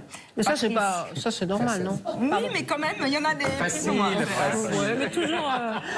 Patrice Evra, donc, qui a été mise pied après un coup de pied donné sur un coup de tête, un casse-pied qui s'entêtait à lui dire « tu joues comme un pied », les bras m'en tombent. En même temps, il avait la grosse tête, ça lui a fait les pieds. Après les sans tête, les sans cervelle, on a vu aussi un Premier ministre français sans parti et même un président catalan sans cojones. Qui s'est foué en Belgique, qui s'est enfoué en Belgique et à Bruxelles. Et quand je dis sans cojones, bien sûr, c'est façon de parler parce que le retour en Espagne risque d'être un petit peu douloureux. Justement à cet endroit-là. Hein. Si la France a un incroyable talent, l'Espagne a un incroyable catalan. Ouais, voilà. De l'audace, encore et toujours. Et on a appris cette semaine qu'un élève de 3e a réussi à entrer en stage à l'Élysée, au culot. Comme on dit en Espagne, el culo, il n'y a que ça de vrai. Alors, c'est vrai que sur la photo, il fait plutôt seconde que 3e. Ah oui, il est précoce, mais très déterminé. Emmanuel Macron, il l'a annoncé en Conseil des ministres. Il veut que l'attribution de la Légion d'honneur soit plus sélective. Fini les décorations à l'usure et au copinage. Il a dit désormais, il faudra avoir accompli un acte héroïque. Sans transition aucune, Emmanuel Macron va remettre à Édouard Philippe la Grand Croix du Mérite. Bah quoi, hein? Il a quand même fait des trucs héroïques. Déjà, ça fait 6 jours qu'il mange des acras aux Antilles, où il est parti tout seul, comme un grand, avec son sac à dos, ses grandes oreilles. Et là, il y a tout qui a décollé. L'avion, les oreilles, les sondages avec. Parce qu'un Premier ministre qui part aux Caraïbes avec un sac à dos, c'est beaucoup plus rare, vous le savez, qu'un président qui rentre de Libye avec des mallettes. Je me comprends. Et tant qu'on est dans les voyages, on revient aux paradis fiscaux et aux Paradise Papers, on en parlait. Voilà qu'on apprend que tous les grands de ce monde en croquent pour les Caïmans. Et Poutine, et Trump, et Trudeau, et pourquoi pas la reine d'Angleterre tant qu'on y est. Ah, elle y est aussi. Non, vraiment, là, je suis choquée, il n'y a même pas un président français. Vous savez pourquoi? Eh bien, parce que nous, les Français, on s'en fout de l'argent. Hein. N'est-ce pas, monsieur Sapin? On s'en fout. On est des affectifs, nous. Hein. Nous, ce qui compte, c'est l'amour, c'est la mort, la preuve. La preuve, c'est que pour la première fois en France, un motard s'est fait enterrer avec sa moto. Avec le truc qu'il a tué, quoi. C'est quand même, hein, c'est un peu dingue. C'est comme si Marine Le Pen se faisait inhumer avec ses fiches. Hein. Ou si François Hollande se faisait enterrer avec son casque de scooter. Bon, au moins, n'empêche qu'au moins, lui, il peut rouler dans Paris. Parce que lui, il s'en fout des opérations escargots. Vous savez que ça s'appelle comme ça parce que les Parisiens, enfin, quand je dis les Parisiens, les Franciliens en bavent. Et là, il faut que je vous explique. Alors au départ, il y a Marcel Campion, super pote avec Anne Hidalgo, et vas-y que je t'offre de la barbe à papa, que je t'attrape la queue du Mickey, que je te soutiens pendant ta campagne, que je te fais le pan, que je te fais la roue, bref. Et soudain, patatras, c'est le divorce. La mairie de Paris ne veut plus du marché de Noël sur les Champs-Élysées, alors Campion rameute ses potes forains qui se liguent, forcément, c'est la Ligue des Campions. Et c'est là. Et c'est là qu'un... Oui, il y a du niveau. C'est là qu'un troisième protagoniste intervient, et chez les forains, quand on est 3, eh bien ça s'appelle un manège à 3.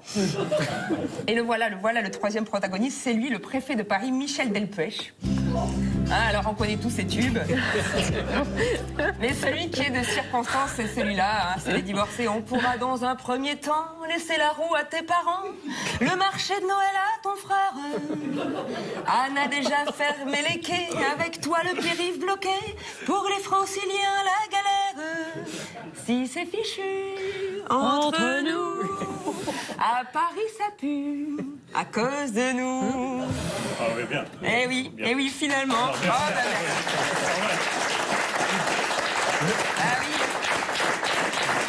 Finalement, finalement, à Paris, on est un petit peu comme cet Allemand qui a confondu une courgette avec une bombe. C'est véridique, c'est une vraie info. Et ça me fait penser d'ailleurs à ce que me disait récemment Robert, chauffeur de taxi parisien. Nous aussi, on pensait avoir voté pour une bombe et ça fait 3 ans qu'on se farcit une courgette. Voilà. Bonne semaine, Robert, et bon courage. Merci, Sandrine. Merci, Monsieur Sapin, d'être venu nous voir. C'est maintenant l'heure de notre focus. Ne bougez pas. Focus. Le 7 janvier 2015, le destin de la France basculait. La rédaction de Charlie Hebdo, le journal satirique, était décimée pour avoir publié des caricatures. Presque 3 ans après, Charlie Hebdo est de nouveau menacé et le parquet a ouvert une enquête avant de recevoir son ancien directeur, Philippe Val. Vous voyez ses réactions. Au-delà du sérieux de ces menaces de mort, c'est une question de climat. Nous, on n'accepte pas d'être traité de cette manière-là. Il y a quand même une ligne rouge à ne pas franchir. Il faut défendre une nouvelle fois la liberté de presse, la liberté de caricaturer, la liberté d'expression. On ne peut pas, dans notre pays, impunément mettre en cause la liberté de penser, de s'exprimer et même de caricaturer. On est quand même soutenu, mais c'est vrai que c'est pas qu'on se sent isolé, mais c'est quand même étonnant qu'après tout ce qui s'est passé en France depuis 2, 3, 4 ans, il y a encore des réactions aussi violentes. C'est que maintenant, ça s'est banalisé d'appeler au meurtre. Bonsoir, Philippe Val. C'est par ici. Bonsoir. Venez prendre place. Merci d'être là. Alors, directement, une réaction à ces nouvelles menaces, qui n'ont jamais cessé en réalité d'ailleurs. Non, elles n'ont jamais cessé. Ouais. C'est quand même étrange, non? Par exemple, après les attentats, les grands journaux, comme Le Monde, des gens comme ça, ce qui les intéressait, c'est les affaires de fric de Charlie Hebdo. Leur sécurité, les menaces, rien à foutre. Et là, la semaine dernière, quand ils ont sorti leur une, il a fallu attendre lundi, le journal sort le mercredi, pour qu'on commence à bouger le cul, pour dire « Ah, ils sont menacés ». Déjà, la moitié d'eux sont morts. Ça fait des mois que ça dure. Tout le monde s'en fout. Vous comprenez que tout le monde s'en fout. On ne veut pas voir ça. On ne veut pas regarder ce phénomène. C'est épouvantable quand même, non? On vit dans un pays où des gens sont sous protection. Moi, par exemple, depuis 11 ans. Pourquoi? Qu'est-ce qui se passe? Dans quel pays on vit? Qu'est-ce qui nous est arrivé? Pourquoi on laisse la démocratie partir en couille comme ça? Qu'est-ce qui s'est passé? On ne veut pas regarder ces choses-là. Parce qu'il y a une vague de fondamentalisme, de radicalisation au sein de l'islam, de détestation, de haine profonde de la démocratie, de l'égalité homme-femme, une homophobie incroyable, une violence, une haine contre les policiers, contre les journalistes. Mais qu'est-ce qui se passe par exemple, chez les intellectuels? Chez Edgar Morin, par exemple. Ou des gens comme ça. Qu'est-ce qui se passe? Rien. On ne s'intéresse pas. Vous parlez de quel pays, Philippe Val? Vous parlez d'un pays où des millions de personnes sont descendues spontanément dans la rue pour soutenir Charlie? Non. Vous parlez d'un pays dont un des quotidiens s'appelle Libération, qui a hébergé l'équipe de Charlie? Vous parlez d'un pays où les appels « Je suis Charlie » ont fédéré au-delà des clivages politiques, idéologiques? Je parle exactement de ce pays-là. Oui, Charlie n'est pas seul, et c'est heureux. Je parle exactement de ce pays-là. Je parle d'un pays... Vous parlez de quelqu'un qui faisait une chronique avec les divorcés tout à l'heure, là, de Michel Delpech. Eh bien, c'est un pays divorcé. C'est un pays où les gens qui sont confrontés à la réalité ont peur, et c'est normal, sont inquiets, et c'est normal. Et puis, il y a un autre pays qui est une partie du monde intellectuel et médiatique qui ne comprend rien à cette affaire, mais plutôt qui ne veut rien y comprendre. Il y a un pays concerné parce qu'il vit au quotidien ce problème. Il vit la séparation des hommes et des femmes dans un pays qui a légiféré sur l'égalité des hommes et des femmes. Il vit toutes ces choses-là. Et en face, une partie de l'élite intellectuelle qui refuse de voir ça par lâcheté, par peur.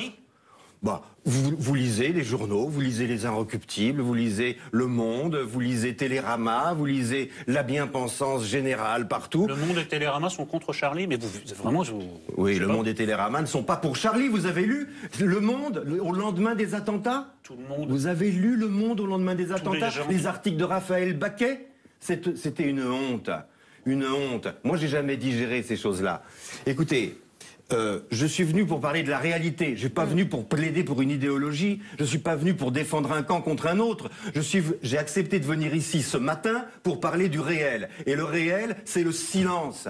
Le silence qui entoure la parole d'Elisabeth Badinter, de Céline Pina, des gens comme ça. Le silence qui entoure la parole des gens qui parlent du réel, de la réalité des choses. Je vous répète ma question, dans quel pays vivez-vous? Il n'y a pas un jour sans qu'il y ait un article sur le sujet, une une d'hebdomadaire, un reportage télévisé. Les livres se multiplient, je suppose que vous faites particulièrement référence à l'islam radical.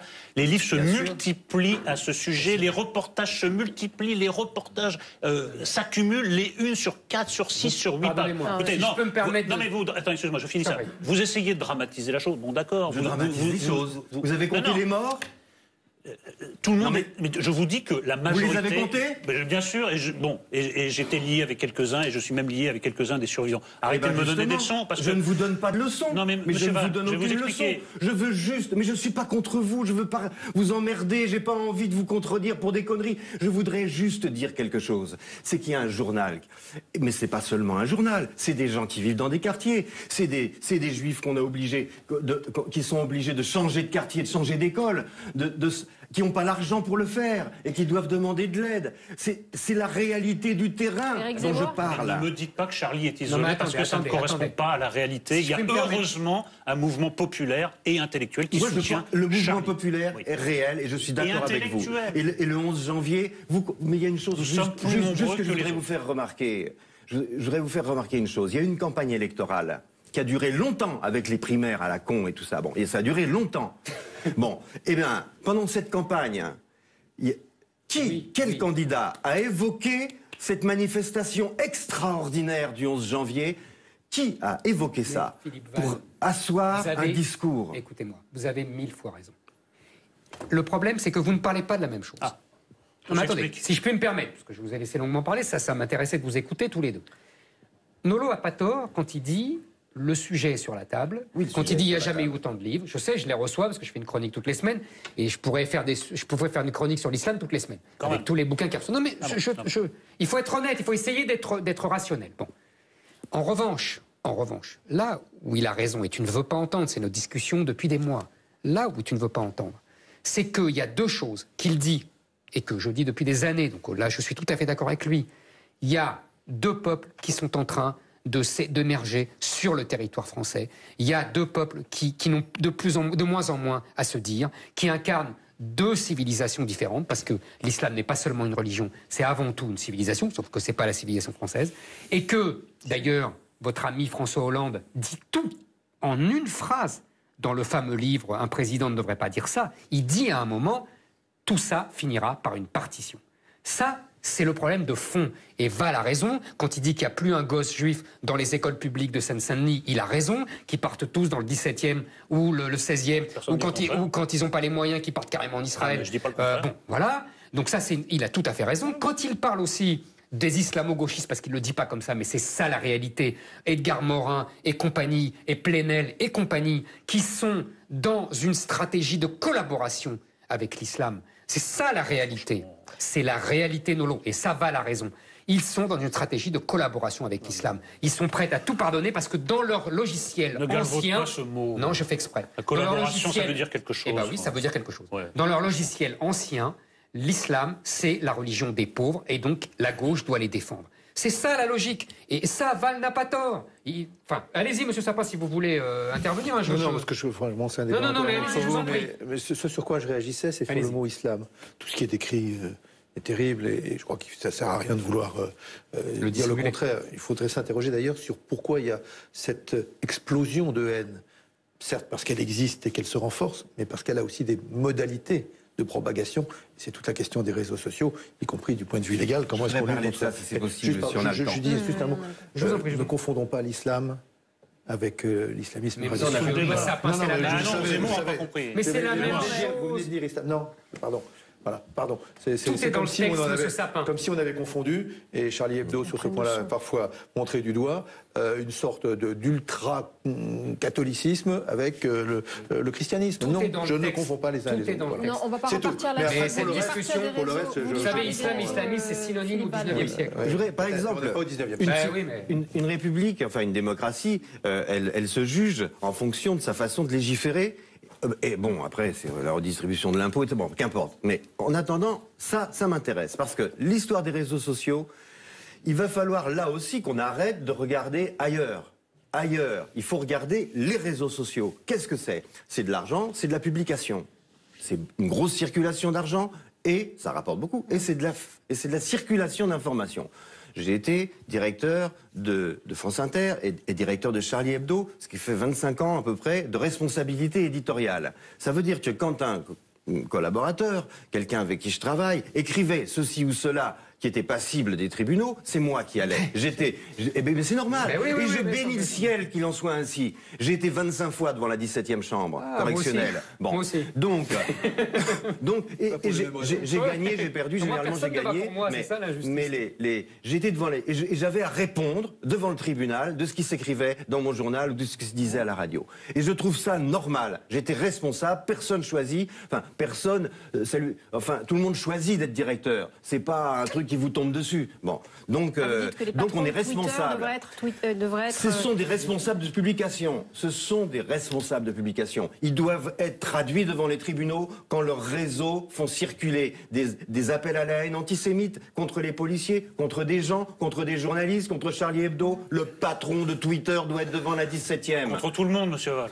Contre tout le monde, les réseaux sociaux. Alors, on ne peut pas laisser dans un état de droit. On ne peut pas laisser dans un état de droit circuler un fleuve de jungle. C'est impossible. C'est impossible. Allez-y, monsieur Savard, parce que moi je voudrais vous répondre. Il a raison, et ce que je trouve très intéressant, c'est qu'on étende au-delà de ce que vous vivez, c'est-à-dire la haine, l'islamisme radical, etc., qu'on l'étende. Parce que vous dites, mais c'est comme ça pour tout le monde. Mais ça, pardon, c'est comme ceux qui disent, mais je sais pas quoi, l'impôt est pas payé, donc il faut pas payer l'impôt. Non, mais je dis qu'il faut légiférer en général. Il faut que la législation, on a une législation, elle est ancienne sur la presse, mais il faut que l'appliquer aussi à d'autres domaines. Moi, je prends juste un exemple, pardon, c'est vous qui êtes là pour parler. Je prends juste un exemple. Une fois, il m'est arrivé que on est obligé de surveiller les réseaux sociaux, donc j'avais des gens comme ministre autour. Puis ils me sortent encore un truc où c'est totalement faux. Totalement diffamateur, mais totalement faux. Ils appellent le site et ils disent « Attendez, c'est faux, voilà pourquoi c'est faux. Ah, vous avez raison, c'est faux, c'est pas grave, j'efface. » J'efface. Ah, c'est vrai que dans un journal, vous effacez pas. Une fois que c'est sorti, j'efface. Enfin, dans le monde d'aujourd'hui, vous avez effacé, mais tout est parti et ça fait le tour du monde. Donc il faut une législation qui soit adaptée à cela. Moi, j'entends bien ce que vous dites. Les Allemands le font, hein. 30 secondes. J'entends bien ce que vous dites et je comprends bien ce que vous dites. C'est pas... Je vous mets en garde. Parce que ça va être utilisé pour censurer toutes les pensées iconoclastes. Je le vois bien venir. Ça va être le truc. On va dire incitation à la haine, et l'incitation à la haine, moi je suis dedans, à chaque fois. Donc je le connais trop, ce truc. Je connais bien le code. Non, mais je vous assure, je le vois venir gros comme une maison. Je pense que la liberté... Il faut s'en référer au texte et mettre les magistrats devant le texte, et si jamais ils ont... Mais les magistrats, je connais, ils interprètent comme ils veulent. Il faut prendre des bons avocats. Non, il n'y a pas d'avocats qui tiennent. Mais la loi est très précise sur l'incitation à la haine raciale. Je connais. Moi, j'ai pas l'impression d'inciter à la haine et je suis condamné à chaque fois. Donc ça ne marche pas avec moi. Je ne suis pas d'accord. C'est très dangereux. Il n'y a pas le choix. Il va falloir... On ne peut pas laisser exister... les Allemands, par exemple, sont actuellement en train de donner des amendes monstrueuses, énormes, de plusieurs millions d'euros à Twitter. Mais c'est liberticide, Valve. Je vous assure, c'est très dangereux.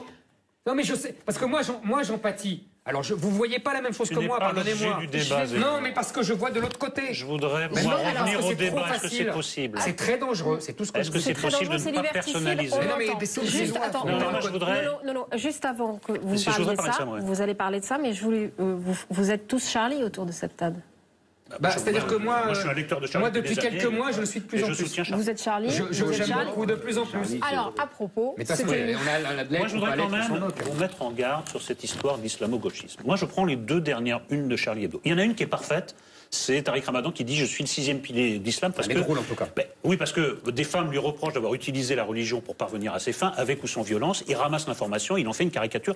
C'est parfait, et c'est pas l'islam qui est attaqué, c'est l'usage qu'en aurait fait. Qu'en aurait fait Tariq Ramadan. En revanche, je finis ça. En revanche, là, vous voyez ce que fait. Il arrive à Charlie Hebdo de se planter, et ils se sont plantés dans la une.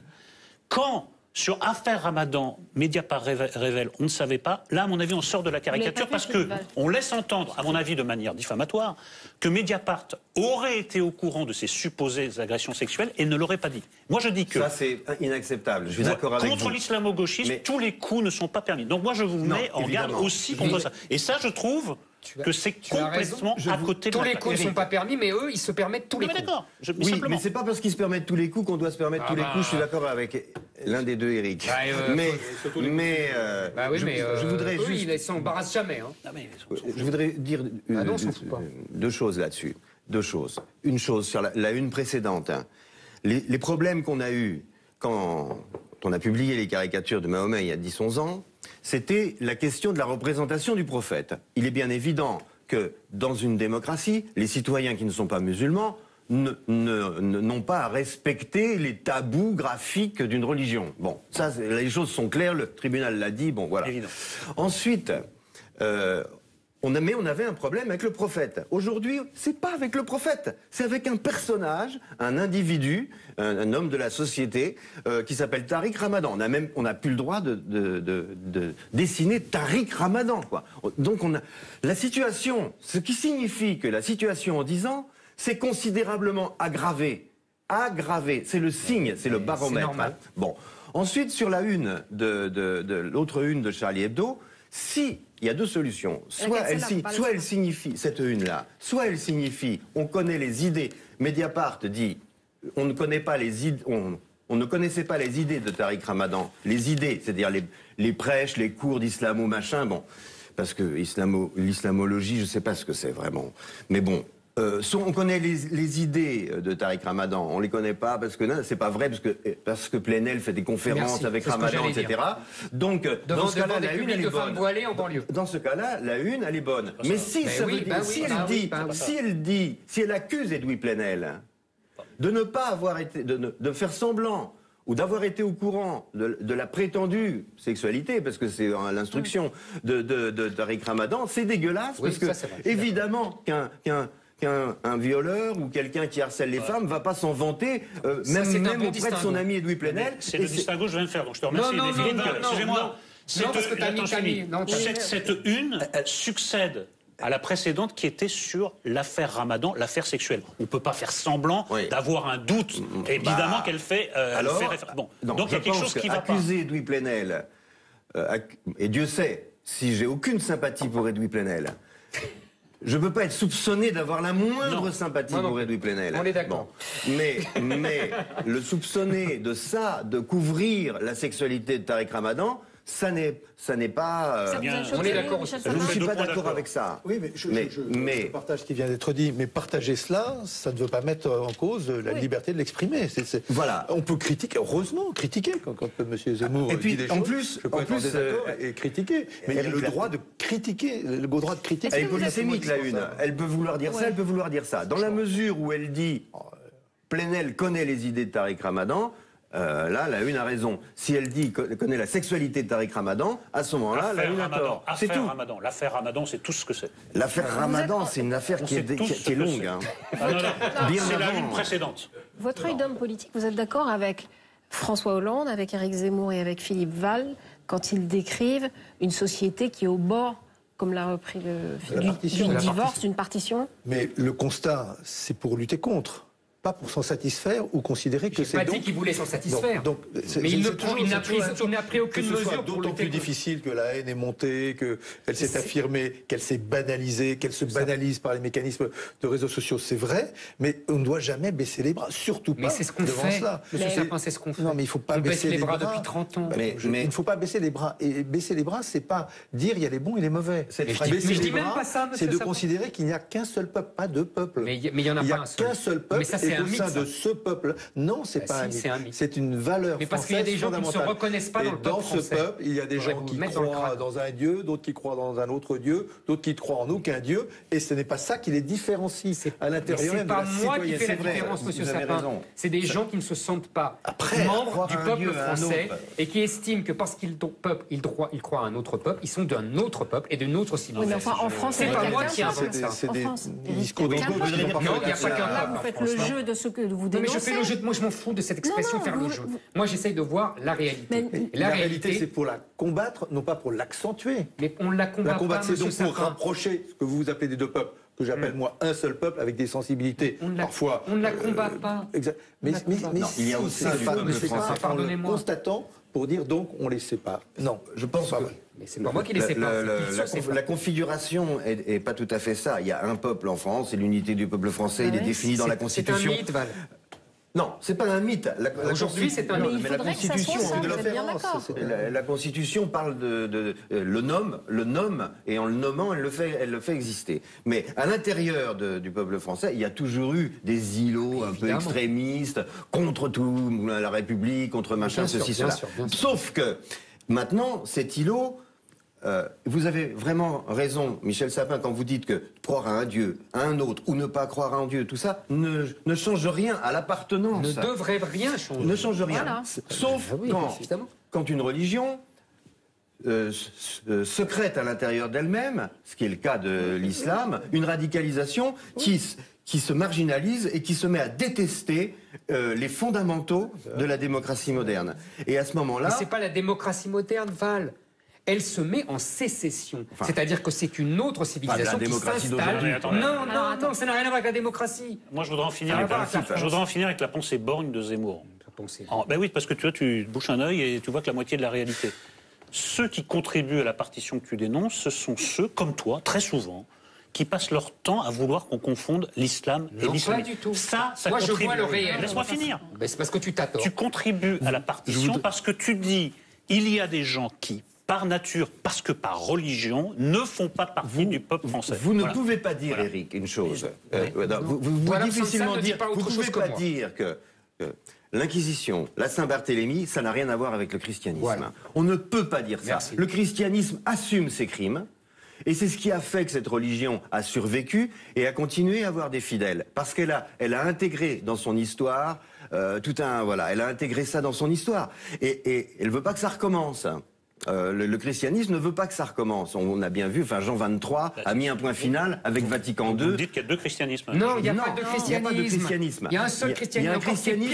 Il y a un christianisme qui a débattu, selon la tradition, qui est une tradition juive d'ailleurs, qui est de commentaires et de changement de la loi par le commentaire, et elle a changé sa loi. Ça s'est réformé. Elle a accepté. On ne peut pas dire aujourd'hui que les attentats, que le djihad de Daesh, toutes ces choses-là, sont étrangères à l'islam. C'est dans le Coran. De l'islam. Mais oui, mon cher, c'est dans le Coran. De la même façon que les crimes du christianisme ne sont pas étrangers au christianisme. C'est même pire, ils ne sont pas étrangers au christianisme, mais ils ne sont même pas dans le texte. Je veux dire que on pouvait au moins prendre le texte de Jésus contre les crimes. Intellectuels musulmans, que les intellectuels musulmans même pas dans l'islam. Travaillent sur la réforme du texte. Ils le font et ils sont traqués et ils vivent sous protection policière. Exactement. Mais ils sont trois. Il y a un débat. Non, ils sont plus que trois. Mais non, mais je sais l'expression. D'abord, ils débattent. Ensuite, quand il y a des élections, les islamistes gagnent toujours en terre d'islam. Cette unicité, et même en France. Cette unicité de l'islam ne résiste pas à l'analyse. Comment expliquez-vous que les musulmans soient les premières victimes des islamistes? Comment expliquez-vous? Ça, c'est un mantra qu'on répète 100 fois et qui est faux. Finir. Mais parce que tu dis des bêtises. Comment expliquez-vous qu'au procès c'est pas parce que tout le monde dit la même Mera, bêtise que toi, il y est... pas répéter. Putain, c'est difficile aujourd'hui. Non, mais parce que tu dis des Comment bêtises. se fait-il qu'au procès Mera, on trouve côte à côte sur le banc des partis civils des musulmans et des juifs victimes de la même personne? Tout simplement parce qu'il y a au sein de l'islam, il y a au sein de l'islam une immense majorité qui fait partie tout simplement du peuple français, sans débat, sans procès, sans nuance, et qu'il y a en effet une marginalité islamiste. Tout ça est je crois fondamental pour faux. l'avenir et pour la clarté de ce débat que tu diras la vérité. Tout cela est faux. Et qu'il faut à chaque fois qu'on peut rappeler cette distinction. C'est une Philippe, une conclusion. La conclusion, c'est qu'il faudrait que les intellectuels, pas que les intellectuels musulmans, qui le font, il y a eu un hors-série de courrier international extraordinaire d'intellectuels qui viennent de terre d'islam. Évidemment, ce sont des gens très importants. Ils ne sont plus musulmans, ceux-là, ils sont traqués par les musulmans. Et ils sont exécutés, enfin. Être musulman, ça n'est pas une tare génétique, c'est être né quelque part. Mais à l'intérieur d'une même famille, comme l'affaire Mera, il y a une sœur qui est formidable. Enfin, bon, ça veut dire qu'il y a un choix. Qui a endoctriné ses frères aussi. Non, mais le frère, enfin, il y a un frère, c'est un frère qui est un type normal. Ça veut dire qu'il y a des choix personnels. Il faut arrêter de dire faut arrêter la sociologie avec cette histoire. Il faut plus faire de sociologie. Parfois, ouais. Il faut faire de la psychologie, mais pas la sociologie. Enfin, sur 5 ou 7 d'une fratrie, il y en a quand même 5... Oui, mais ce sont des choix personnels, responsables. Il n'y a pas d'excuses. Les gens prennent leurs responsabilités quand ils s'engagent dans ces histoires. Et donc, c'est ça que je voudrais dire, c'est très important. Et surtout, il faudrait quand même qu'il y ait un discours de conviction, de combat, de pas laisser s'infiltrer partout des concessions à la laïcité, des concessions à la liberté, des concessions à l'égalité homme-femme. Chez les conducteurs de bus, dans les banlieues, dans les écoles, qu'on puisse enseigner l'évolution, Darwin, partout. Sinon, on est foutu. Notre démocratie repose sur l'enseignement de la raison. Et la raison, elle passe par Darwin. Donc il y a quelque chose de... Non mais enfin, je pense parce qu'il y a un gros problème avec Darwin. Donc, pas seulement chez les musulmans, Darwin. Hein, ça c'est vrai. Oui, mais chez les intégristes. Là, tu as chez les intégristes. C'est pour ça que je dis c'est pas seulement Darwin le problème. Non, mais ça c'est vrai. Et je voudrais dire que aussi cette fracture entre ceux qui veulent voir et ceux qui veulent pas voir, ceux qui subissent et ceux qui regardent les autres subir, elle n'est pas de droite et de gauche. Elle parcourt le champ politique. C'est une fracture. Et aux socialistes, par exemple, je pense que quand Manuel Valls a dit il y a deux gauches irréconciliables, il parlait de ça, notamment. Ouais. On va pas ouvrir le débat maintenant parce que Valls... Non, je suis désolé. Mais la gauche, on conclut. On peut faire un débat d'1 heure là-dessus. Hein. La conclusion, c'est qu'il faudrait quand même être plus vigilant sur ces questions. Et puis... sur les plateaux de télévision, bon, vous n'êtes pas en cause puisque vous invitez vos invitations sont pluralistes, mais quand même, généralement, on voit des propos qui sont insupportables sur les plateaux de télévision. On avait invité d'ailleurs Edoui Plenane, mais il a décliné. Bah, je serais pas venu, donc de toute façon. Non, moi, vous voyez, je débat avec lui. Vous avez tort. Moi, je débat avec lui. Pourquoi ? Parce que le temps passe et que j'ai pas le temps. Voilà. J'ai pas le temps de débattre avec Edoui Plenane. Toujours le temps de débattre de l'essentiel. Voilà. C'est ma philosophie. Non, mais j'ai pas envie. Maintenant, s'il le faut, je le ferai. Mais c'est une corvée, quoi. Oui, et puis il y a un âge où les corvées, ça fait chier, quoi. Une petite conclusion rapide, Michel Sapin. Sur ce sujet-là, je crois que c'est un des sujets les plus fondamentaux. Qu'on dise que c'est pas de droite et de gauche, je crois que c'est parfaitement vrai. On en revient à la question politique fondamentale. Quand on constate quelque chose, on ne peut pas s'en satisfaire.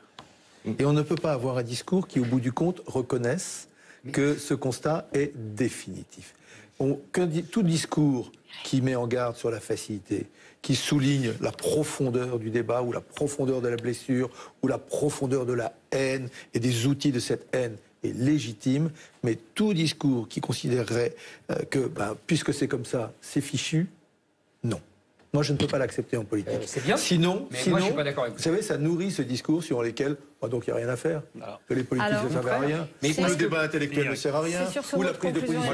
Je pense que le débat intellectuel est décisif et que la décision et que la politique est décisive dans cette affaire. C'est le débat intellectuel et la politique. Qui permet à la politique. Vraiment. Et l'éducation. Non mais la politique, c'est l'éducation. Ça en fait partie. Merci beaucoup à vous, messieurs, d'être venus sur ce plateau. On se quitte en méditant la phrase de la semaine. Mais la vie est-elle une quantité, comme voudraient nous le faire croire les économistes? Qu'est-ce que la vie? Une longueur ou une intensité? Et si la vie ne se mesurait que par elle-même? Elle est signée de l'économiste iconoclaste Bernard Maris, alias Oncle Bernard, dans les colonnes de Charlie. Il est mort le 7 janvier 2015. On se retrouve la semaine prochaine pour l'émission qui donne du temps au débat et à la politique. Et d'ici là, restez zen sur Paris Première.